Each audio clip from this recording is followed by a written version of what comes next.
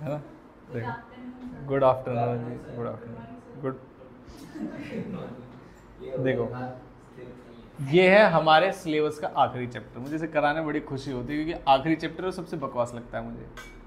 क्यों? क्योंकि इसमें मतलब रेशियो कैश फ्लो तो एक अकाउंटिंग वाले कंसेप्ट हो गए ना, एफएम वाली जो चीज़ें होती है वो कंप्लीटली डिविडेंड पे आके खत्म हो जाती है।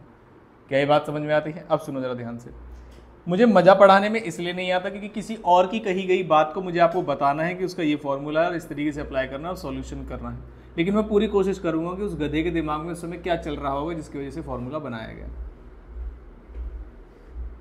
जो भी इनके मिस्टर राइटर हैं उनके दिमाग में क्या चल रहा होगा, थोड़ा सा कवर करना। चल, तो हमारे पास डिविडेंड डिसीजन की कुछ थ्योरीज होती हैं।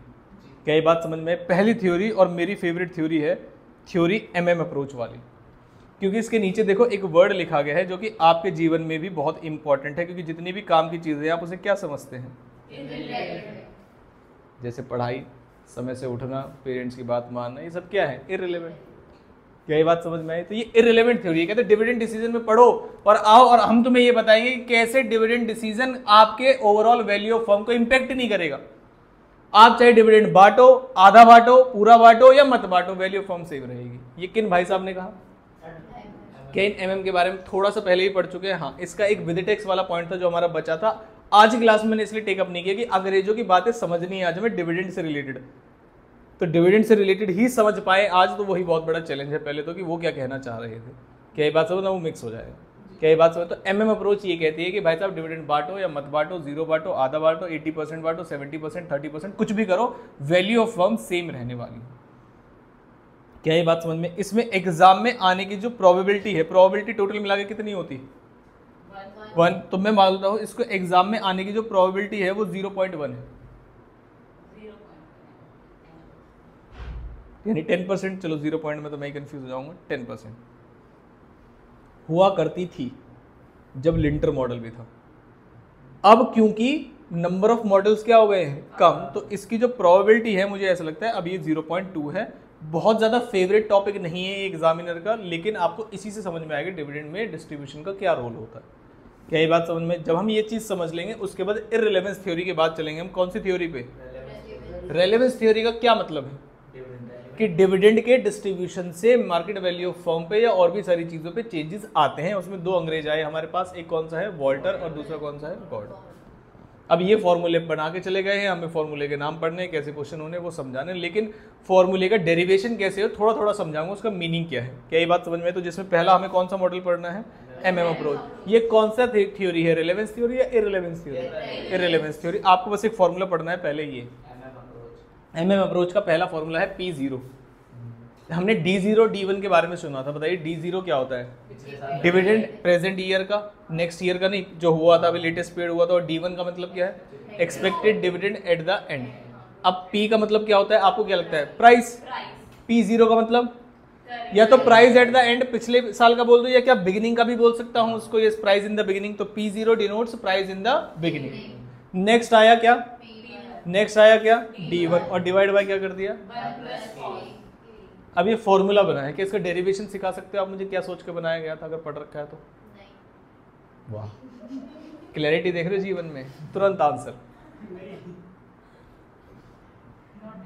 Not at all confidence.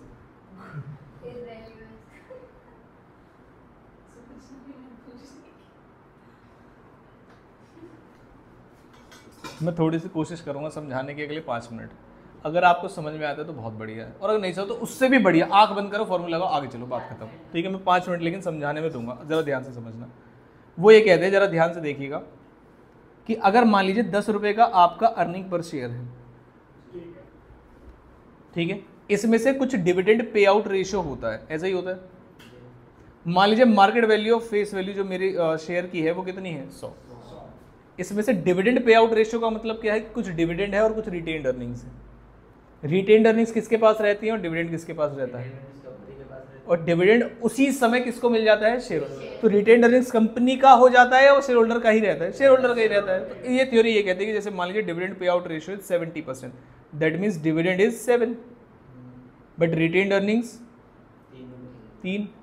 तो वो ये कहता है चाहे मुझे इस 10 रुपए में से 7 रुपए डिविडेंड के नाम पे आए और 3 रुपए रिटेन्ड अर्निंग्स के नाम पे मेरी वैल्यू में ऐड हो जाए, तब भी मुझे 10 रुपए का फायदा हुआ। या फिर मैं 8 और 2 कर दूं, 8 मतलब 8 रुपए डिविडेंड के नाम पे आए और 2 रुपए रिटेन्ड अर्निंग्स के नाम पे आए, तब भी मुझे कोई बड़ी बात नहीं है, क्योंकि मुझे टोटल वैल्यू कितनी मिल रही है, 10। अब ये फॉर्मूला कैसे बना, अब सीखेंगे, आगे की प्लानिंग बाद में करेंगे, यहाँ से जानने के, अभी पूरा ध्यान यहाँ दो, ठीक है। अब ये फॉर्मूला कैसे बना जरा ध्यान से सुनना, आप मुझे देख के बताएंगे। जब मैं लिख रहा हूं P1, इसका मतलब क्या है, आगे आने वाला प्राइस, तो क्या उसके अंदर जो डिविडेंड नहीं बटा है वो होगा, हाँ वो ऐड हो गया होगा। तो मैंने कहा, मान लीजिए मैंने कहा था 70% डिविडेंड बटेगा, क्या बटेगा 70, तो EPS कितना था 10, तो डिविडेंड कितना मिलेगा, तो 100 रुपए मेरे पहले से वैल्यू थी शेयर की, कितनी हो जाएगी 107। क्या ये बात समझ में आई? डिविडेंड कितना बटा, नालायक, तो वैल्यू 3 हो गई ना, शेयर की वैल्यू कितनी हो गई 3, और डिविडेंड कितने का बटा 7 का। ये कितनी वैल्यू को डिनोट कर रहा है, 10% को, 110% को, या 100 को? ये जो अमाउंट है, तो क्या ये किस अमाउंट के ऊपर अप्लाई किए गए हैं ये पता चल सकता है, हाँ। तो मैं अगर डिवाइड कर दूं किससे, 1 प्लस रेट, 1 प्लस के, और 1 प्लस के मैंने कितना बताया आपको 10%, तो मैंने लिखा 110%। अगर मैं इसको सॉल्व करूं, तो क्या मुझे पता चल सकता है कि P0 कितना होगा,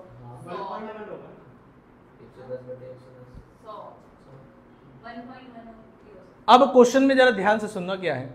मैंने तो आपको बता दिया था कि 100 में से 7 रुपए का डिविडेंड मिलेगा और 3 रुपए 100 रुपए में ऐड होंगे। अब आपको बताएगा नहीं वो, तो क्या करेगा, मान लीजिए आपको P1 दे देगा, तो मुझे P1 चाहिए, मुझे D1 चाहिए, मुझे KE का रेट चाहिए, तो स्टार्टिंग में क्या रेट रहा होगा मैं निकाल सकता हूं। P1 में जो रिटेन्ड अर्निंग्स का पार्ट है वो ऐड हो रखा होगा, डिविडेंड में मैंने डिविडेंड मेरे पास मिल जाएगा, और मेरी जो जितनी अर्निंग थी वो 100% में ऐड हो जाएगी, तो 1 प्लस रेट इसलिए बना, इसलिए P0 price in the beginning आ जाएगा।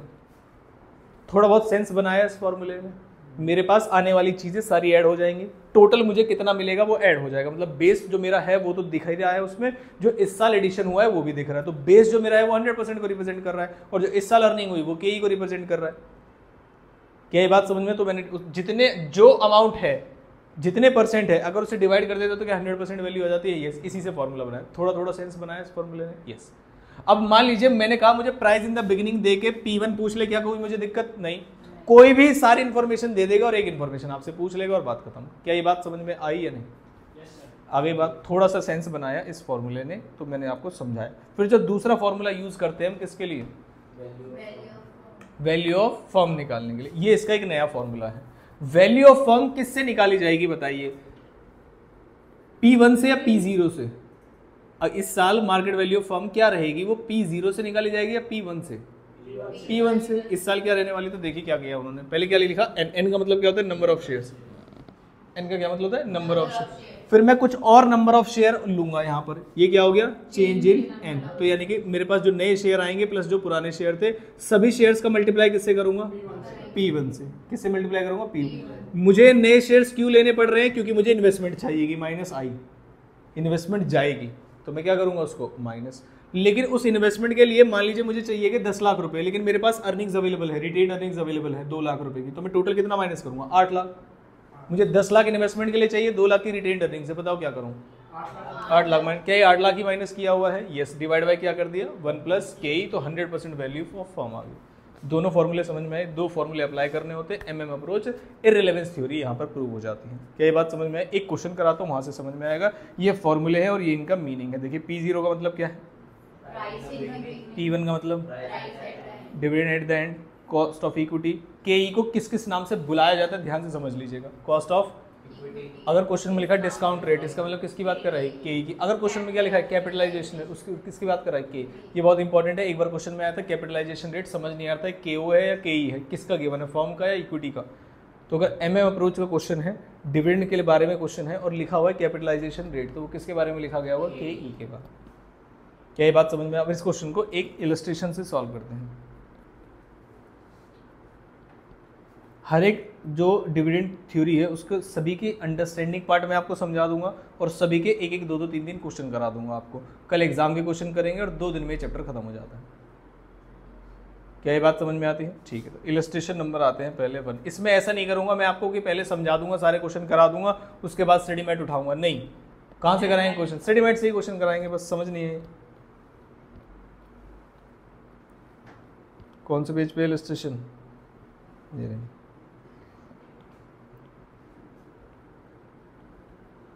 AB Engineering Limited belongs to a risk class of which capitalization rate is 10%। का मतलब KE। It currently has outstanding कितना? ये क्या है? N के फॉर्मूले में यूज होगा। Selling at currently का मतलब क्या है? अभी 100 का मतलब क्या है? P0 मिल गया। The firm is contemplating the declaration of dividend of ₹5 share at the end of the current financial year। कि वो सोच रहे हैं कि डिविडेंड देंगे कितने का? 5 रुपए का। It is expected that the net income of 1 lakh and has a proposal for making new investment कितने का? 2 लाख रुपए का। आपसे पूछ रहा है calculate the value of firm when dividend are paid and when dividend are not. इसी के अंदर दिखा दूं, बड़ा सिंपल से फॉर्मूला पढ़ दी। अगर मान लीजिए मैंने कहा कि डिविडेंड नहीं पे किया जाएगा तो D1 क्या होगा? क्या मेरे पास P0 गिवन है क्वेश्चन में? P0 की जगह मैं क्या लिखूंगा? 100। P1 मुझे पता नहीं है, D1 0 डिवाइड बाय, और अगर इससे सॉल्व करूंगा तो P1 भी क्या आ जाएगा? क्या ये बात समझ में? ये मैंने कब कहा? जब डिविडेंड बढ़ रहा है, डिविडेंड नहीं बढ़ रहा है। जब डिविडेंड नहीं, अगर डिविडेंड बढ़ रहा होगा तो फॉर्मूले में क्या चेंज आएगा? D1 की जगह सिर्फ 5 रुपए आएगा और कहीं फॉर्मूले में कोई चेंज नहीं आएगा। क्या ये बात समझ में? तो बताओ मुझे क्या आंसर आएगा? हाँ, पक्की बात है? ठीक।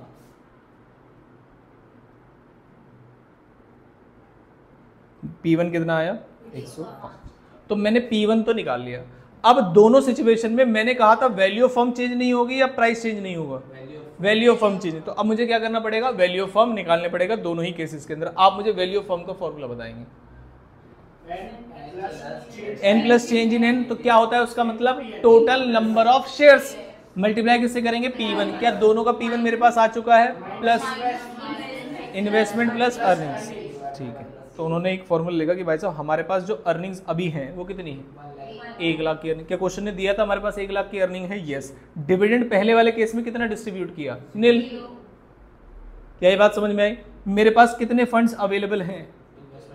1 लाख, और टोटल इन्वेस्टमेंट चाहिए कितने की? 2 लाख रुपए की। तो बताइए फिर मेरे पास बैलेंस रिक्वायर्ड कितना है? तो मैं कितने पैसे के लिए शेयर्स इशू करूंगा? 1 लाख या 2 लाख? 1 लाख। ये बात समझ में आई? अगर मैं दूसरे वाले केस के लिए इसे सॉल्व करूं तो मैंने कहा अर्निंग है मेरे पास 1,10,000 के शेयर्स हैं एग्जिस्टिंग जिन्हें मैं डिविडेंड दूंगा 5 रुपए के रेट से। तो कितने का डिविडेंड चला जाएगा? 50,000। मेरे पास कितने की अर्निंग्स बचेंगी? 50,000 की। और मुझे इन्वेस्टमेंट के लिए कितना चाहिएगा? 2 लाख। तो बताइए मेरे पास कितने फंड्स की और रिक्वायरमेंट? क्या मैं इसे यहाँ से ना दिखा के अपनी ही कॉपी में सॉल्व करूँ? ये समझ आ रहा है? नहीं आ रहा? पक्की बात आ रहा है? ये वाली लाइन क्या थी, ये समझ में आई आपको? तो अब मैं कहूंगा कि मुझे इस वाले केस में फंड्स रिक्वायर्ड 1 लाख है और इस वाले केस में फंड्स रिक्वायर्ड कितने हैं? 1,50,000। क्या ये बात समझ में आती है? मैं निकालना चाहता हूँ नंबर ऑफ शेयर्स कितने लगेंगे, तो मैंने कहा इसे डिवाइड करना पड़ेगा मुझे मार्केट प्राइस से। P1 निकाला था मैंने। इस वाले केस में P1 कितना था? 110। इस वाले केस में 105। बताइए जरा फटाफट से। 909.09 और इस वाले केस में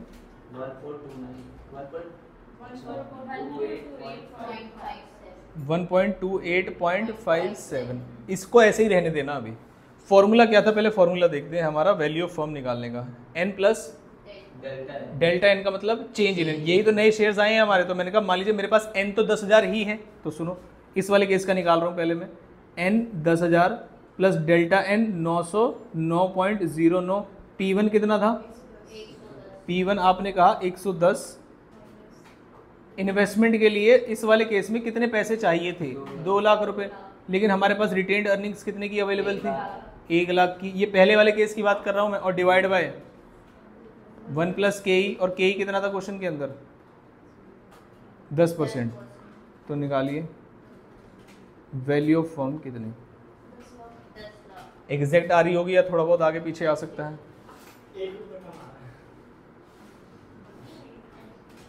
10 लाख। ये बात समझ में आई वैल्यू ऑफ फर्म वाली? पक्की बात है, ठीक। बताइए अगली बार जब मैं उसका सॉल्व करूंगा तो आंसर क्या आना चाहिए? 10 लाख। कैसे पता चला? क्योंकि वैल्यू क्योंकि क्वेश्चन ने कहा था। तो आप मुझे इस वाले पार्ट को सॉल्व करके दिखाइए जल्दी से, कॉपी पे करें या जैसे आपकी मर्जी, मुझे आंसर चाहिए।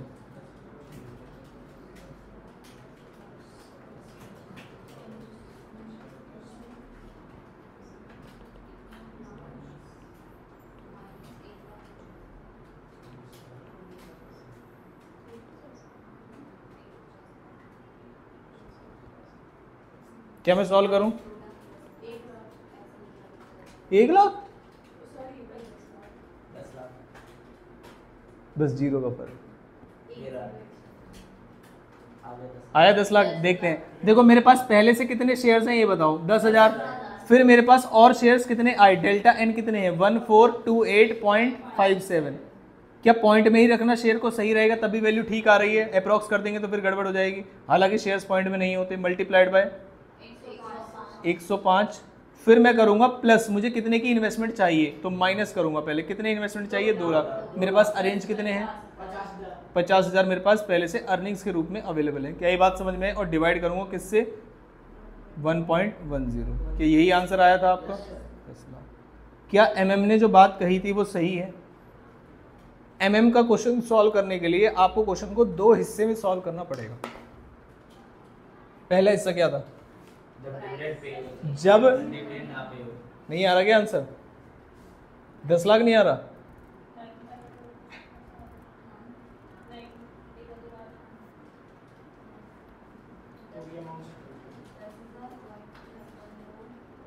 अरे 50,000 क्या कर दिया? 50,000 तो डिविडेंड था। 1 लाख माइनस करेंगे ना। तो 1 लाख है अर्निंग हमारे पास। अर्निंग्स तो 1 लाख थी ना। पर उसके आपने वहाँ पे तो earning 2 लाख है। वो नंबर ऑफ शेयर्स निकालने के लिए है। अर्निंग्स तो हमारी 1 लाख ही है। दोबारा समझाओ। हाँ, वैसे भी वाला पॉइंट समझ नहीं आया। कितने की इन्वेस्टमेंट करनी है, कितने की अर्निंग, एक बार पॉइंट बताओ। पहले समझो इस वाले पॉइंट। 50,000 का वैसे भी डिविडेंड डिस्ट्रीब्यूट कर दिया, तो जो हमारे पास अब आगे इन्वेस्टमेंट करने के लिए तो 50,000 रुपये ही बचे ना। समझा नहीं मैं क्या कह रहा हूँ। अभी आपने कहा कि हमने शेयर्स निकाले। फंड्स रिक्वायर्ड हैं 2 लाख। फंड्स रिक्वायर्ड टोटल कितने की हैं? 2 लाख की। तो अगर जब फंड्स रिक्वायर्ड में हम 2 लाख लिख रहे हैं तो अर्निंग्स में भी कितना लिखेंगे? 1 लाख। क्योंकि फंड्स रिक्वायर्ड कितने हैं उसमें से अर्निंग्स हमने माइनस की, उसके बाद कितने फंड्स चाहिए उसमें नंबर ऑफ शेयर को डिवाइड किया कि कितना प्राइस है, उससे नंबर ऑफ शेयर निकाले। इनका आंसर अलग आ रहा है दूसरे वाले उससे। इनका भी 10 लाख ही आ रहा है तो हमारा कैसे अलग आ जाएगा? देखते हैं। करो आप सॉल्व करो। आपने तो कहा आ गया।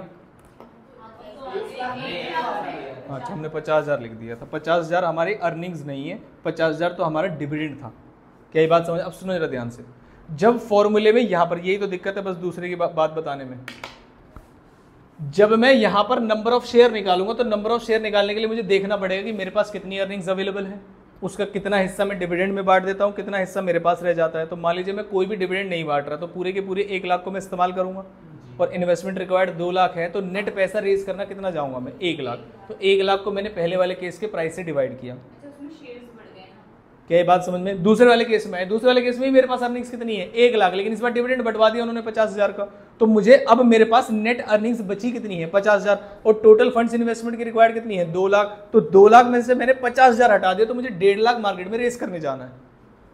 फिर मैंने डिवाइड कर दिया, लेकिन मेरी अर्निंग्स और टोटल इन्वेस्टमेंट आज भी ऐसे ही खड़ी हैं जैसा मुझे फॉर्मूले में दिखाया गया है। यहां पर कुछ नहीं बदलना। जो भी मैं कैलकुलेशन कर रहा हूं वो नंबर ऑफ शेयर निकालने के लिए कर रहा हूं जो कि यहां पर मुझे इस्तेमाल करने हैं। बाकी इन्वेस्टमेंट और अर्निंग वही रहेगी जो हम पहले लिख रहे थे। क्या बच गया है, कितना बढ़ गया, उससे लेना देना नहीं है। कितनी इन्वेस्टमेंट चाहिए, कितनी अर्निंग है आपकी, बस इससे बात। अब चाहे आप बांटो या मत बांटो। क्या ये बात समझ में आई? तो वो जो इस्तेमाल होगा कि कितने पैसे बचे हैं वो net funds required divide by market price of share, उससे आपको नंबर ऑफ शेयर कितने एडिशनल इशू करने हैं ये पता लगाने के लिए। क्या ये बात समझ में आई? थोड़ा सा अटपटा लगा, थोड़ा सा अजीब है, लेकिन किसका है? मेरा नहीं है। किसका है? MM approach. क्या ये बात समझ में? अब MM अप्रोच के हमारे पास कितने क्वेश्चन हैं? इलस्ट्रेशन फर्स्ट हमने कर ली है, अब इलस्ट्रेशन कौन सी कर सकते हैं हम? 8, प्रैक्टिकल 1 और प्रैक्टिकल 3। एक क्वेश्चन और कराऊंगा मैं MM अप्रोच का, जब आप बोल देंगे कि हाँ अब समझ में आ गया तो हम आगे चल सकते हैं, ठीक है। इलस्ट्रेशन नंबर कौन सी है? 8।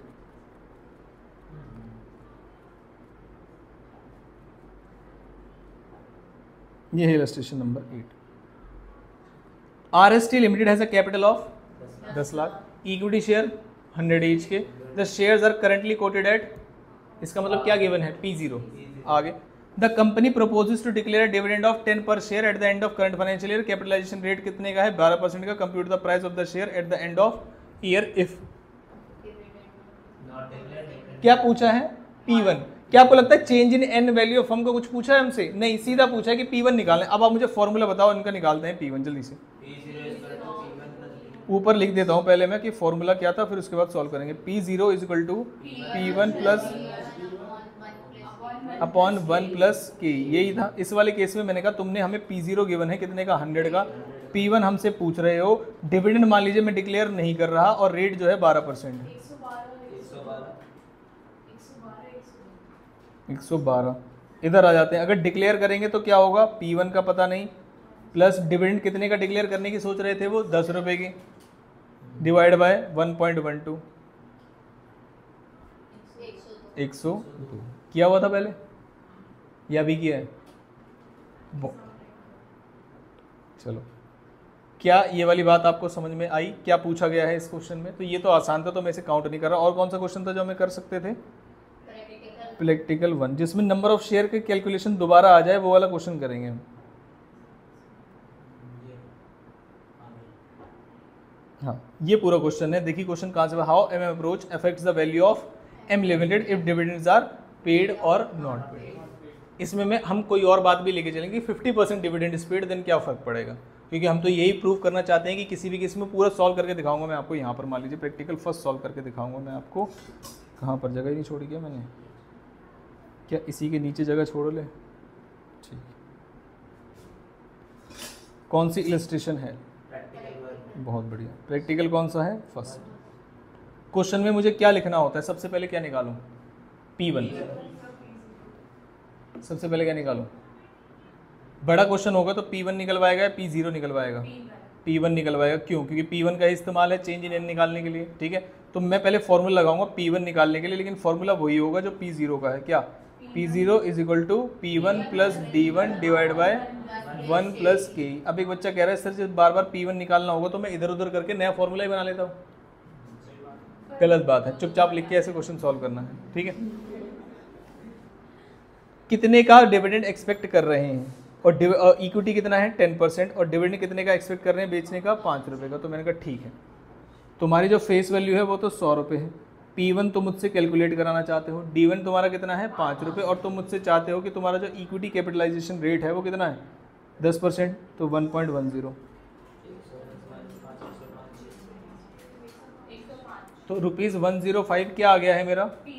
P1। अब मुझे क्या करना है, जरा ध्यान से देखिएगा।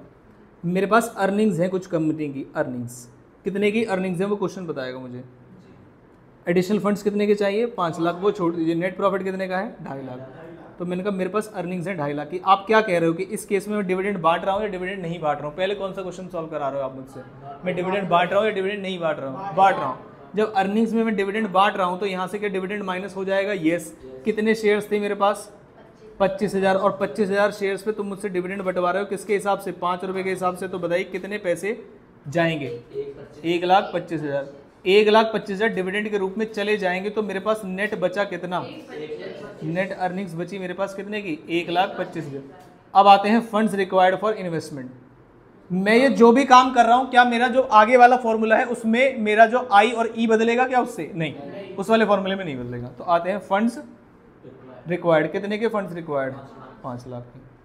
तो 5 लाख के आपको फंड्स रिक्वायर्ड है, जिसमें से नेट फंड्स हमारे पास कितने बचे एडिशनल के लिए?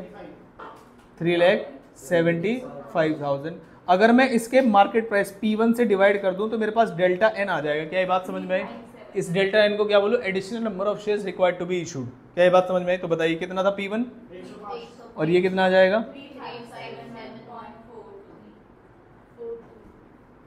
जो भी है वो तो खैर कोई परेशानी वाली बात नहीं। शेयर्स 3571.43 कर दिया, चलो हमने, कोई बात नहीं। ये शेयर्स आ गए हमारे पास। क्या यही निकालना था मुझे? अब मैं इसके हिसाब से बताओ क्या निकालूंगा, value of firm. Value of firm का फॉर्मूला बताओ। पहले कितने शेयर्स थे? 25,000। इस बार कितने हैं? 3571.43 शेयर्स हैं ये। इन शेयर्स का मैं मल्टीप्लाई करूंगा कितने से? 105 से। फिर तुम कहोगे कि इन्वेस्टमेंट के लिए पैसे लग जाएंगे तुम्हारे कितने के? 5 लाख। और मैं कहूँगा नहीं, मेरे पास अर्निंग्स अवेलेबल है कितने की? अर्निंग्स। अर्निंग्स का मतलब ये वाली जो क्वेश्चन में गिवन है, ठीक है, 2,25,000, सॉरी 2,50,000। और डिवाइड किससे करेंगे? 25 लाख। 25 लाख कितना आ जाएगा? 25 लाख। इस वाली प्रोसीजर को मैं यहाँ पर भी फॉलो कर रहा हूँ, जरा ध्यान से देखिएगा। और मैं इस क्वेश्चन को 2 हिस्सों में तोड़ देता हूँ। अभी देखिए, ये प्रैक्टिकल नंबर फर्स्ट है, ये हमने इसका इतना कैलकुलेशन पार्ट किया। अब मैं क्वेश्चन का दूसरा वाला पार्ट कर रहा हूँ, बताइए कौन सा? If dividends are not paid, P0, उसके बाद क्या करेंगे? P1 निकालना है। D1 कितना हो जाएगा? 0 डिवाइडेड बाय 1.1, और जो कि है कितना मेरे पास? 100। ये कौन सा वाला केस है? व्हेन डिविडेंड्स आर पेड और नॉट पेड? Not paid. तो ये नॉट पेड वाला केस है। इसी केस में जब मैं यहाँ पर लिखूंगा क्या? अर्निंग्स। कितनी अर्निंग्स है जल्दी से बताओ? 2.5 लाख रुपए की मेरे पास अर्निंग्स है, जिसमें से मैं माइनस करूंगा डिविडेंड। कितने का डिविडेंड जाएगा? 0। क्या बचेंगी मेरे पास? Net earnings. बताइए कितनी नेट अर्निंग्स है? 2.5 लाख की ही नेट अर्निंग्स बची है मेरे पास। 1 0 शायद मैंने ज़्यादा लगा दिया। हाँ जी, डिस्कशन मत करो कुछ भी। फंड्स रिक्वायर्ड कितने हैं? 5 लाख। तो मैं कितने फंड्स और ऐड करना चाहता हूँ? 2,50,000। इस 250 के लिए मेरे पास क्या होगा? Divide by P1 110। तो बताइए मेरा चेंज इन एन कितना? 2272 शेयर्स हैं। पॉइंट में भी है क्या? 2272.72। अब इसका वैल्यू ऑफ फर्म निकालेंगे तो एक बार कैलकुलेटर पे कर लीजिएगा, दूसरे की कैलकुलेशन के भरोसे मत बैठिएगा। 2272.22 2272.22 सॉरी 72 मल्टीप्लाइड बाई कितना था? 110। और मेरे पास इन्वेस्टमेंट के लिए चाहिए थे 5 लाख, और मेरे पास अर्निंग्स अवेलेबल थी डिवाइडेड बाय 1.1। कैलकुलेटर पे अच्छी तरीके से देख लीजिए। इसमें इतने ही स्टेप्स हैं और एक भी चीज़ इससे एक्स्ट्रा नहीं पूछी जाएगी। इसी के लिए ये चैप्टर MM अप्रोच बनी थी, इररिलेवेंस थ्योरी, कि आप डिविडेंड बांटिए मत बांटिए। अब मैंने कहा अच्छा डिविडेंड अगर आधा बांटना चाहूँ मैं, तो क्या आप बता सकते हो कि क्या चेंजेस आएंगे? सेम आएंगे। तो करके दिखा दीजिए मुझे फटाफट से, फिर मैं इस थ्योरी को छोड़ दूंगा, आप क्वेश्चन खुद कर लेंगे। अगर मैं डिविडेंड आधा बांटूँ इसी क्वेश्चन में, आधा मतलब 50%, उस पेज पे नहीं करेंगे 50%। अरे नालायक, डिविडेंड मतलब मेरे पास है कितना? कितना बांटने की सोच रहे हैं? 5 रुपये। 5 की जगह अगर हम 2.5 रुपये का डिविडेंड बांट दे तो क्या होगा? हाँ 2 जी, 5 का आधा। अरे बर्फ क्या कर रही है इसमें? नहीं, पानी ठंडा है, ऊपर नहीं है।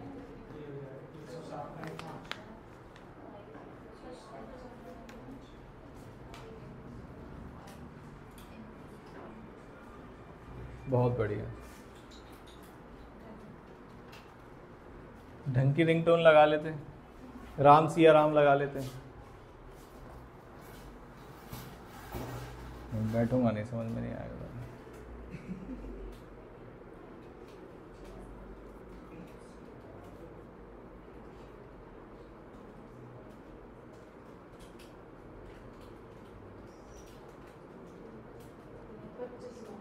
आया? जबरदस्ती मत बोलना भाई, कैलकुलेशन चेक करूंगा मैं।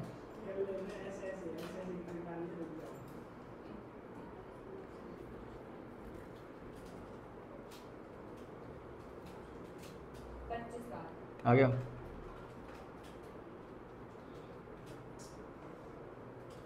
नहीं आया? हाँ चैप्टर सही है, लेकिन अपना दिमाग नहीं लगाने देता। कितने शेयर्स हैं? क्या करेंगे मुझे यही नहीं समझ माइनस कर दिया ना, नेट अर्निंग्स बची। अब नेट अर्निंग्स के लिए देखो, यही तो होगा 25,000 इनकी ढाई ना। हाँ अब इसको डिवाइड करो, कितना प्राइस आ रहा है आपका? प्राइस निकाला पहले?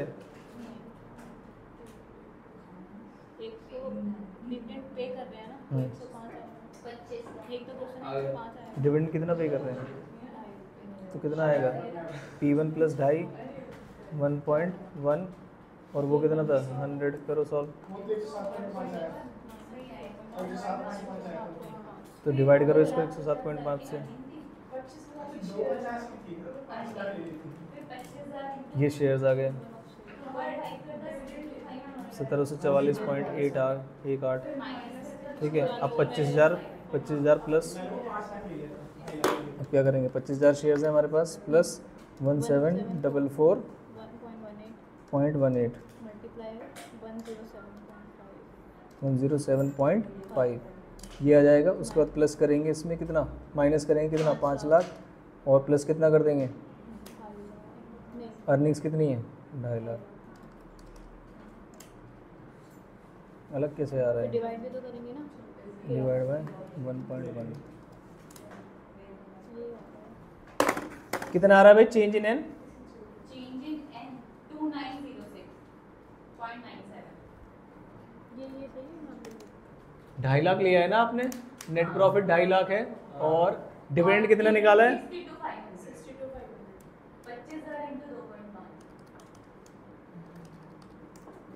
187.5 डिवाइड बाय, और P1 कितना आ रहा है? P1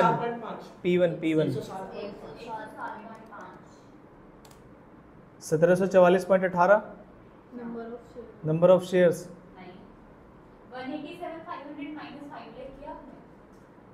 अच्छा सॉरी नहीं, नालायक। अभी तो बता रहे हो।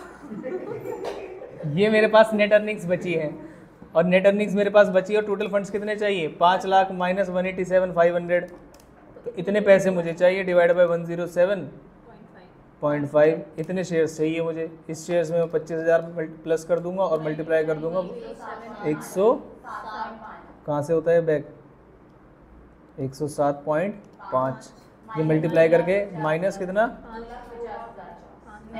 पहले 5 लाख माइनस करेंगे, फिर 2.5 लाख प्लस करेंगे, डिवाइड बाय 1.1। ठीक है, 1 रुपये नहीं, 0.000001। ये लो, नालायक ऐसे बच्चे होते, खुद भी कंफ्यूज रहते, दूसरे को भी कर देते हैं। पहले बात समझ में आई आपको? क्वेश्चन सॉल्व करने बैठे हैं, बिना P1 निकाले, कह रहे समझ नहीं आया क्या करना है। पहले स्टेप देखे आपने, ये बिल्कुल ऐसे स्टेप समझने जैसे माधुरी दीक्षित ने सिखाए हो कि पहले ये और दूसरा ये, बात खत्म। ये इसी सीक्वेंस में फॉलो होंगे। क्या ये बात समझ में आती है? पक्का। और इसमें कुछ अपनी इफ एंड बट्स नहीं देने। हाँ भाई सही कह रहे हो, P1 निकाला, काम किया, आगे बढ़ो। अब बताओ क्या ये बात समझ में आई? मैं छोड़ दूं इसको? ये इररिलेवेंस थ्योरी है, समझ में आया? इररिलेवेंस है, और एग्जाम में अगर आ जाए MM अप्रोच के आपको डिविडेंड सॉल्व करना तो बड़े आसानी से हो जाएगा, बस प्रोवाइडेड आपको फॉर्मूला याद हो। फॉर्मूले की 2 शर्तें हैं, आपको पहले P1 निकालना है जिस पे नए शेयर इशू होने वाले, और अगर वो गिवन है तो नहीं निकालने, और सिर्फ चेंज इन एन निकालना है। और चेंज इन एन निकालने का चेंज इन एन मतलब change in number of shares. कैसे निकलेगा? उसके लिए P1 आप पहले ही निकाल चुके हो, तो हमारे पास देखना पड़ेगा कि मेरे पास अर्निंग्स कितनी है, कितना डिविडेंड बांटता हूँ, मेरे पास नेट अर्निंग्स मेरे हाथ में कितना पैसा पड़ा हुआ है, इन्वेस्टमेंट के लिए कितना चाहिए, तो एडिशनल आ जाएगा आपके पास, उसके बाद डिवाइड करके सॉल्व हो जाएगा। क्या मैं MM अप्रोच को छोड़ दूँ यहाँ पर? पक्की बात है, ठीक। इररिलेवेंट है इसलिए हमने छोड़ दिया। नेक्स्ट चले हम वॉल्टर भाई साहब के पास। ये कहते हैं भाई साहब रेलेवेंट है, कैसी बात कर रहे हो? ये देखो, उसकी मम्मी ने बड़े प्यार से नाम रखा है ना? अब तुम्हारा नाम संध्या है, अब कोई कह रहा काश सुबह होता, है ना?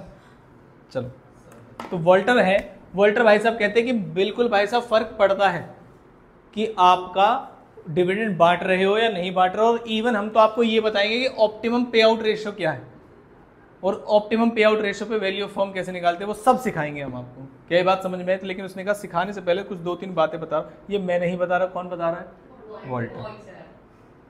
वॉल्टर भाई साहब बता रहे हैं, ठीक है। उन्होंने कहा देखो 2 चीज़ें होती हैं, एक होता है KR, एक होता है KE। दोनों में क्या फ़र्क होता है? वो रिटेन्ड अर्निंग्स नहीं है, अलग है। यहाँ पर के आर का मतलब है कि फर्म कितना इन्वेस्टमेंट पे रेट कमा रही है, और के ई का मतलब इक्विटी वालों को कितना दे रही है, या इक्विटी वाले कहीं और से कितना कमा सकते हैं। क्या ये बात समझ में आई? तो मान लीजिए अगर मैं बोलूँ कि आर और ई, के आर और के ई में कुछ रिलेशन है, जैसे मान लीजिए मैंने बोला के आर ज़्यादा है के ई से, या फिर के आर कम है किससे, के ई से। कंपनी ये कह रही है कि हमारे यहाँ पर आप 20% की कमाई होती है और इक्विटी वाले मांग रहे हैं सिर्फ 15%। दूसरे वाले केस में ये कह रहे हैं कि इक्विटी वाले मांग रहे हैं 15%, लेकिन जो हम कमा रहे हैं वो है 12%। कौन से केस में आपको लगता है कि डिविडेंड बांट देना चाहिए, और कौन से केस में ऐसा लग रहा है कि डिविडेंड नहीं बांटना चाहिए? पहले वाले केस में बांट देना चाहिए। पहले वाले केस में बांट देना चाहिए। और कोई बच्चा?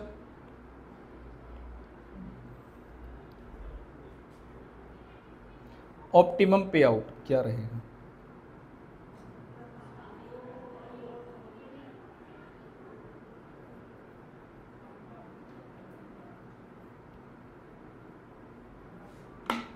ध्यान से समझना, आप मेरे इक्विटी शेयर होल्डर्स हो, मैं फर्म हूँ, मैं कह रहा हूँ, आप कह रहे हो, मैंने कहा आपकी उम्मीद बताओ आपकी कितनी है, आप कह रहे हो मैं कहीं भी मार्केट में इन्वेस्ट कर दूँ 15% मिल जाएंगे, आप बात करो। मैंने कहा अगर मेरी कंपनी क्या कर रही है बताइए, पूरे 20% कमा के देगी आपको।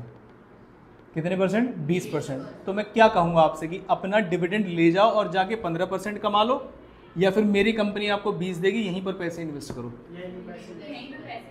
रहने दो, क्योंकि हम कितना कमा के देंगे आपको? 20%। क्या ये बात समझ में? लेकिन मान लीजिए अगर मैं कहूँ कि मेरी कमाई ही कम है, आप कहीं मार्केट से 15% कमा सकते हो, मैं सिर्फ 12% कमा के दूंगा, तो डिविडेंड पे आउट रेशियो क्या होना चाहिए? 100%। सारा बांट दो और भाई साहब जहां कमा रहे हो वहां कमा लो। क्या ये वाली बात जो मैं समझाना चाह रहा हूँ वो समझ में आई? ऑप्टिमम बता देंगे इसमें, या तो 0 या 100 यही ऑप्टिमम होता है, और जहां पर के आर इक्वल टू के ई है वहां पे कोई फर्क नहीं पड़ेगा, वो बिल्कुल एमएम अप्रोच की तरह बन जाएगी। मतलब 10% दो, 20% दो, 50% दो, 100% दो, 0% दो, कोई फर्क नहीं पड़ेगा। इफ के आर इज इक्वल्स टू के, जो मैं बताना चाह रहा हूँ वो समझ में आया? तो वॉल्टर मॉडल ने पहले एक बेस बताया कि ऑप्टिमम का मतलब ज़्यादा पे करें कम पे करें, इसके ऊपर बेस है, हमारी थ्योरी है के आर और के ई की। थोड़ा बहुत समझ में आया आपको? ठीक है, फिर उसका फॉर्मूला है, यहाँ पर फॉर्मूला पढ़िए क्या है। डी का मतलब क्या है? डिविडेंड, जो आप बांटने वाले हैं। ई का मतलब है earning per share, EPS.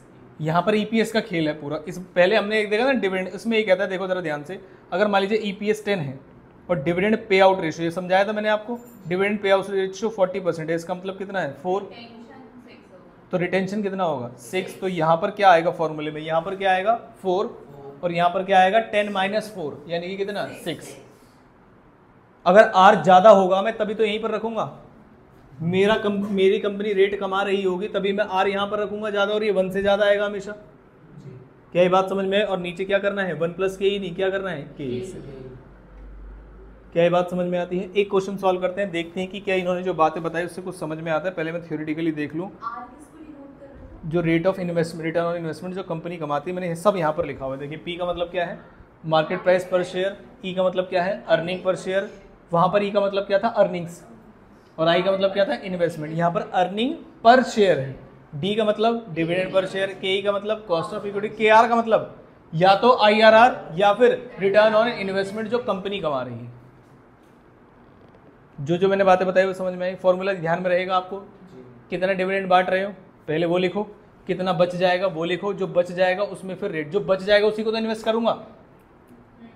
Dividend अगर बांट रहे हो तो यहाँ जाएगा, जो बच जाएगा वही तो इन्वेस्ट करूंगा, तभी तो उसको KR दिलाऊंगा मैं, R वाला दिलाऊंगा, और E वाला नीचे रह जाएगा, तो 1 से ज्यादा आएगा। क्या ये बात समझ में है? और नीचे फिर किससे डिवाइड करना है? KE, क्योंकि किसका पैसा है? KE का। तो ये क्या निकल के आ जाएगा? प्राइस ऑफ शेयर, और वो मैक्सिमम प्राइस ऑफ शेयर होगा आपका।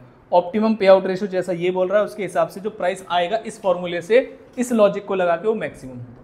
मतलब अगर आपका R ज्यादा है, अगर आपका क्या ज्यादा है? R, तो कितना डिविडेंड बांटना चाहिए? 0। उनसे बोलो री इन्वेस्ट करो, हम कमा के देंगे। और अगर आपका R कम है तो क्या बांट देना चाहिए? 100%। कितना बांट देना चाहिए? 100%। सभी केसेस का लॉजिक लगाओगे तो आपको हाईएस्ट पर ये मिलेगा P। लेकिन अगर इसके अलावा कोई भी पे आउट रेशियो है तो इस P से जो हम फॉर्मूला बता रहे हैं इस लॉजिक के अंदर 100% वाले के या 0% वाले के अंदर, तो निकल तो सब के अंदर जाएगा लेकिन कम आएगा। क्या ये बात समझ में है? तो आपको वो क्या कहेगा कि अभी हमारा डिविडेंड पे आउट रेशियो 20 है, ये सारी सिचुएशन है, इसके हिसाब से हमारा प्राइस क्या है वो निकालिए। हम सीधा फॉर्मूला लगाएंगे, कुछ दिमाग नहीं लगाएंगे। लेकिन वो कहेगा कि क्या आप इससे कोई बेहतर dividend pay out ratio suggest कर सकते हैं, अगर हाँ तो बताइए कितने % होना चाहिए, प्लस उसका प्राइस भी बताइए कितने से बढ़ जाएगा। क्वेश्चन कैसे फ्रेम होगा ये समझ में आया आपको? पक्का? ठीक। तो इसके लिए मुझे कौन कौन से क्वेश्चन कराने हैं? पहले ऑप्टिमम, हाँ, और ऑप्टिमम में जो पी आएगा वो हाईएस्ट आएगा। तो इलस्ट्रेशन नंबर करनी है हमें 2, और 2 हमें मिल जाएगी शायद 15 पेज के आसपास। एमएमई चल रहा है, ना लाएगी। ये है इलस्ट्रेशन नंबर 2। XYZ अर्न कितना कर रहे हैं? क्या है ये? 10 EPS। क्या है ये? EPS। Capitalisation return on investment 10% है और 12% है, यानी कि कैपिटलाइजेशन रेट का मतलब क्या होता है? KE। रिटर्न ऑन इन्वेस्टमेंट का मतलब क्या होता है? R। Determine the optimum pay out ratio and the price of the share at the pay out. अब बताइए KR ज्यादा है या KE ज्यादा है? R ज्यादा है। तो कितना डिविडेंड बांटना चाहिए? 0। कितना डिविडेंड बांटना चाहिए? 0। उसके हिसाब से अगर मैं क्वेश्चन सॉल्व करूं, जरा ध्यान से देखिएगा। कौन सा इलस्ट्रेशन सॉल्व कर रहा हूं मैं? Illustration number 2। फॉर्मूला क्या था बताओ? P निकालने के लिए क्या फॉर्मूला है? डिविडेंड कितना बांटोगे, डिविडेंड कितना बचा लोगे, उसके ऊपर हम आपको कमा के देंगे और डिवाइड बाय K। हम क्या कह रहे थे आपसे? कितना डिविडेंड बांटिए? 0। 0 का मतलब D की जगह क्या रख दूं? 0। अर्निंग कितनी है? 10, यानी कि पूरा का पूरा रीइन्वेस्टमेंट में चला जाएगा। मल्टीप्लाइड बाय कितना? 12% डिवाइड बाय 10%। तो मैं परसेंटेज वर्ड हटा लूं तब भी चल जाएगा, क्योंकि परसेंट से परसेंट कट जाएगा। और डिवाइड बाय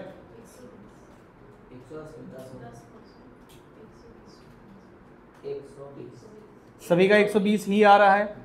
वो ये क्लेम कर रहे हैं this is the highest price of the share you can expect. नहीं बांटना चाहिए, क्योंकि हम ज्यादा बढ़िया कमा के देते हैं। भाई आप मेरे इन्वेस्टर हो, मैं आपका भला सोचता हूँ। मेरी कंपनी ज्यादा रेट से कमाएगी तो मैं आपको बोलूंगा पैसा लेके मत जाओ, यहीं रख लो। थोड़ा सा लॉजिकल है, थोड़ा ध्यान रखना है इस चीज को। बढ़ेगी ना, क्योंकि हम ज्यादा इन्वेस्ट करके और कहीं मार्केट में ज्यादा मिल रहा है, तो हम क्यों अपना टाइम खराब करेंगे। आप अपना पैसा ले जाओ पे आउट में और कहीं भी लगा के कमाओ। क्या ये बात समझ में? मैंने कहा नहीं, मैं इससे संतुष्ट नहीं, क्योंकि बातों से किसी के संतुष्ट होते हैं हम नहीं। हमने कहा हम कुछ करेंगे। बताओ। उसने कहा 0 डिविडेंड बांटो। तो 100% डिविडेंड बांटे या 50% डिविडेंड? आप बताओ। दोनों, 50% और 100%। अगर 50% पे आउट है तो क्या होगा, और अगर 100% पे आउट है तो क्या होगा? किस में ज़्यादा लुटिया डूब जाएगी? भाई अब तो हम 0 की तरफ है ना, तो जितना 0 के पास रहोगे उतना फिर भी फेवरेबल सिचुएशन रहोगे, जितना दूर जाओगे उतनी दिक्कत आएगी। तो मैं प्राइस निकालने वाला हूँ। बताइए फॉर्मूला बताइए। D। सबसे पहले D कितना? अगर 10 रुपए की कमाई है तो 5 रुपए का D हो जाएगा, और 10 - 5 करके लिख रहा हूँ मैं, ध्यान रखना। R कितना था? 12। ये कितना था? 10 होल डिवाइड बाय 10। नीचे वाला 10% है, ठीक है।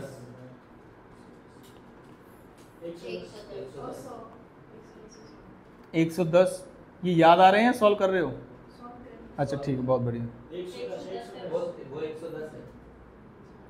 ये दिक्कत है ना, जब मैं लिखना होने वाला तो अगला आंसर बता देना नालायक। ये तो लिखने दो पहले। 110 है ना। P निकालना है मुझे इस केस में। अब बताओ डिविडेंड पे आउट रेशियो कितना है? पूरा। तो पूरा बांट दो भाई साहब, प्लस बचेगा कितना? 10 - 10 करके दिखाएंगे उसको। Multiplied by 12 divide by 10 divide by 10%।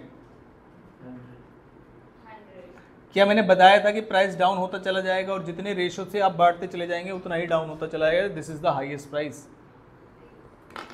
बताओ MM अप्रोच ज़्यादा अच्छी है या ज़्यादा अच्छी है? ये वाली, क्योंकि इसमें गलती के चांस नहीं ना। गधो उसमें कैलकुलेशन है, दिमाग लगता है उसमें। नेट फंड्स अवेलेबल है ना, चेंज इन N। हाँ समझ में आया नहीं आया? ये वाली ज़्यादा बढ़िया है। क्यों? क्योंकि इसमें एक ही फॉर्मूला लगा रहे हैं, वहाँ 2 लगा रहे हैं। दूसरा ये लॉ, ये नहीं, सब 5 नंबर के ही आते हैं, ठीक है। 5 से कम कुछ नहीं। और कौन सा क्वेश्चन था ये देखते हैं। इलस्ट्रेशन 2 के अलावा इलस्ट्रेशन 3 भी है। देखो इस तरह के क्वेश्चन आपके एग्जाम में आएंगे। नेट प्रॉफिट है मेरे पास कितने का? मेरे पास आउटस्टैंडिंग प्रेफरेंस शेयर्स हैं 100 लाख रुपए के। नंबर ऑफ इक्विटी शेयर कितने के हैं? 3 लाख रुपए के। रिटर्न ऑन इन्वेस्टमेंट कितनी है? 20,000। KE कितनी है? ये कौन सी वाली सिचुएशन है, मुझे डिविडेंड बांटना चाहिए, डिविडेंड नहीं बांटना चाहिए? ऑप्टिमम कितना है, 0 या 100? कैसे पता चला? 0% पे आउट। ईपीएस वो कह रहे हैं 6 है, जबकि इसमें नेट प्रॉफिट दिया हुआ है। तो नेट प्रॉफिट का मतलब क्या है? प्रेफरेंस डिविडेंड ऑलरेडी माइनस हो रखा है या नहीं हुआ है?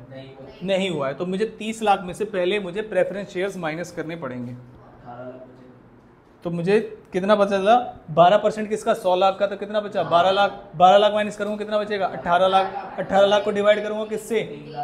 3 लाख से। तो कितना आ जाएगा? 6 रुपये। तो 6 रुपये आपका ईपीएस है, ये आपने बता दिया मुझे खुद ही। अब मैं आपसे कह रहा हूँ कि डिविडेंड पे आउट रेशियो में क्या मानूं, बताओ। डी को क्या रखना चाहिए मुझे? 0। और ईपीएस माइनस डी करेंगे तो कितना होना चाहिए? 6 रुपये। यानी कि अर्निंग पूरी होनी चाहिए और प्राइस निकालना चाहिए। मैंने कहा मैं पहले निकालता हूँ। क्वेश्चन ने हालांकि पूछा नहीं है उससे, मैं निकाल रहा हूँ ऐसे ही। तो बताइए मेरे हिसाब से पी कैसे निकलेगा? सबसे पहले मैं डिविडेंड दूंगा कितने का? 0 का, प्लस 6 मल्टीप्लाइड बाय 16 या 20? 20% डिवाइड बाय 16%।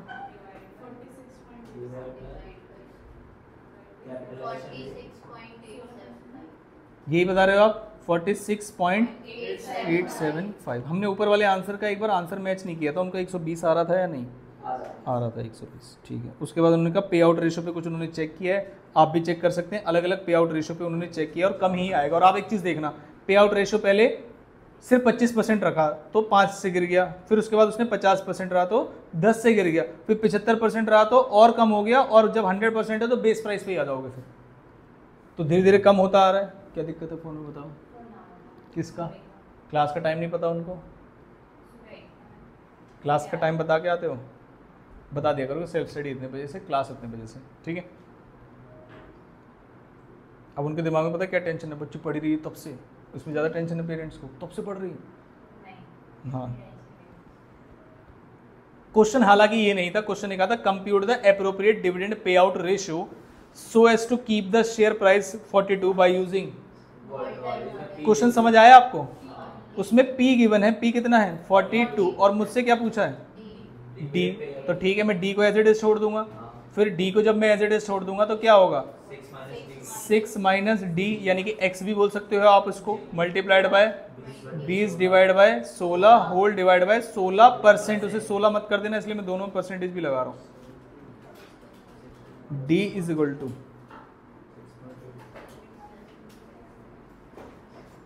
इतने तो सॉल्व कर देते नालायक।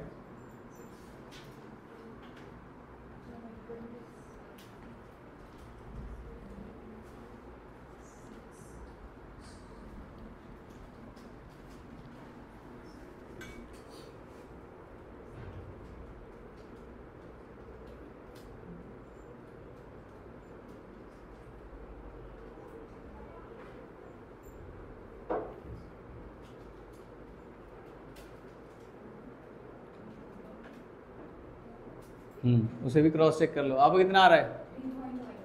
3.12।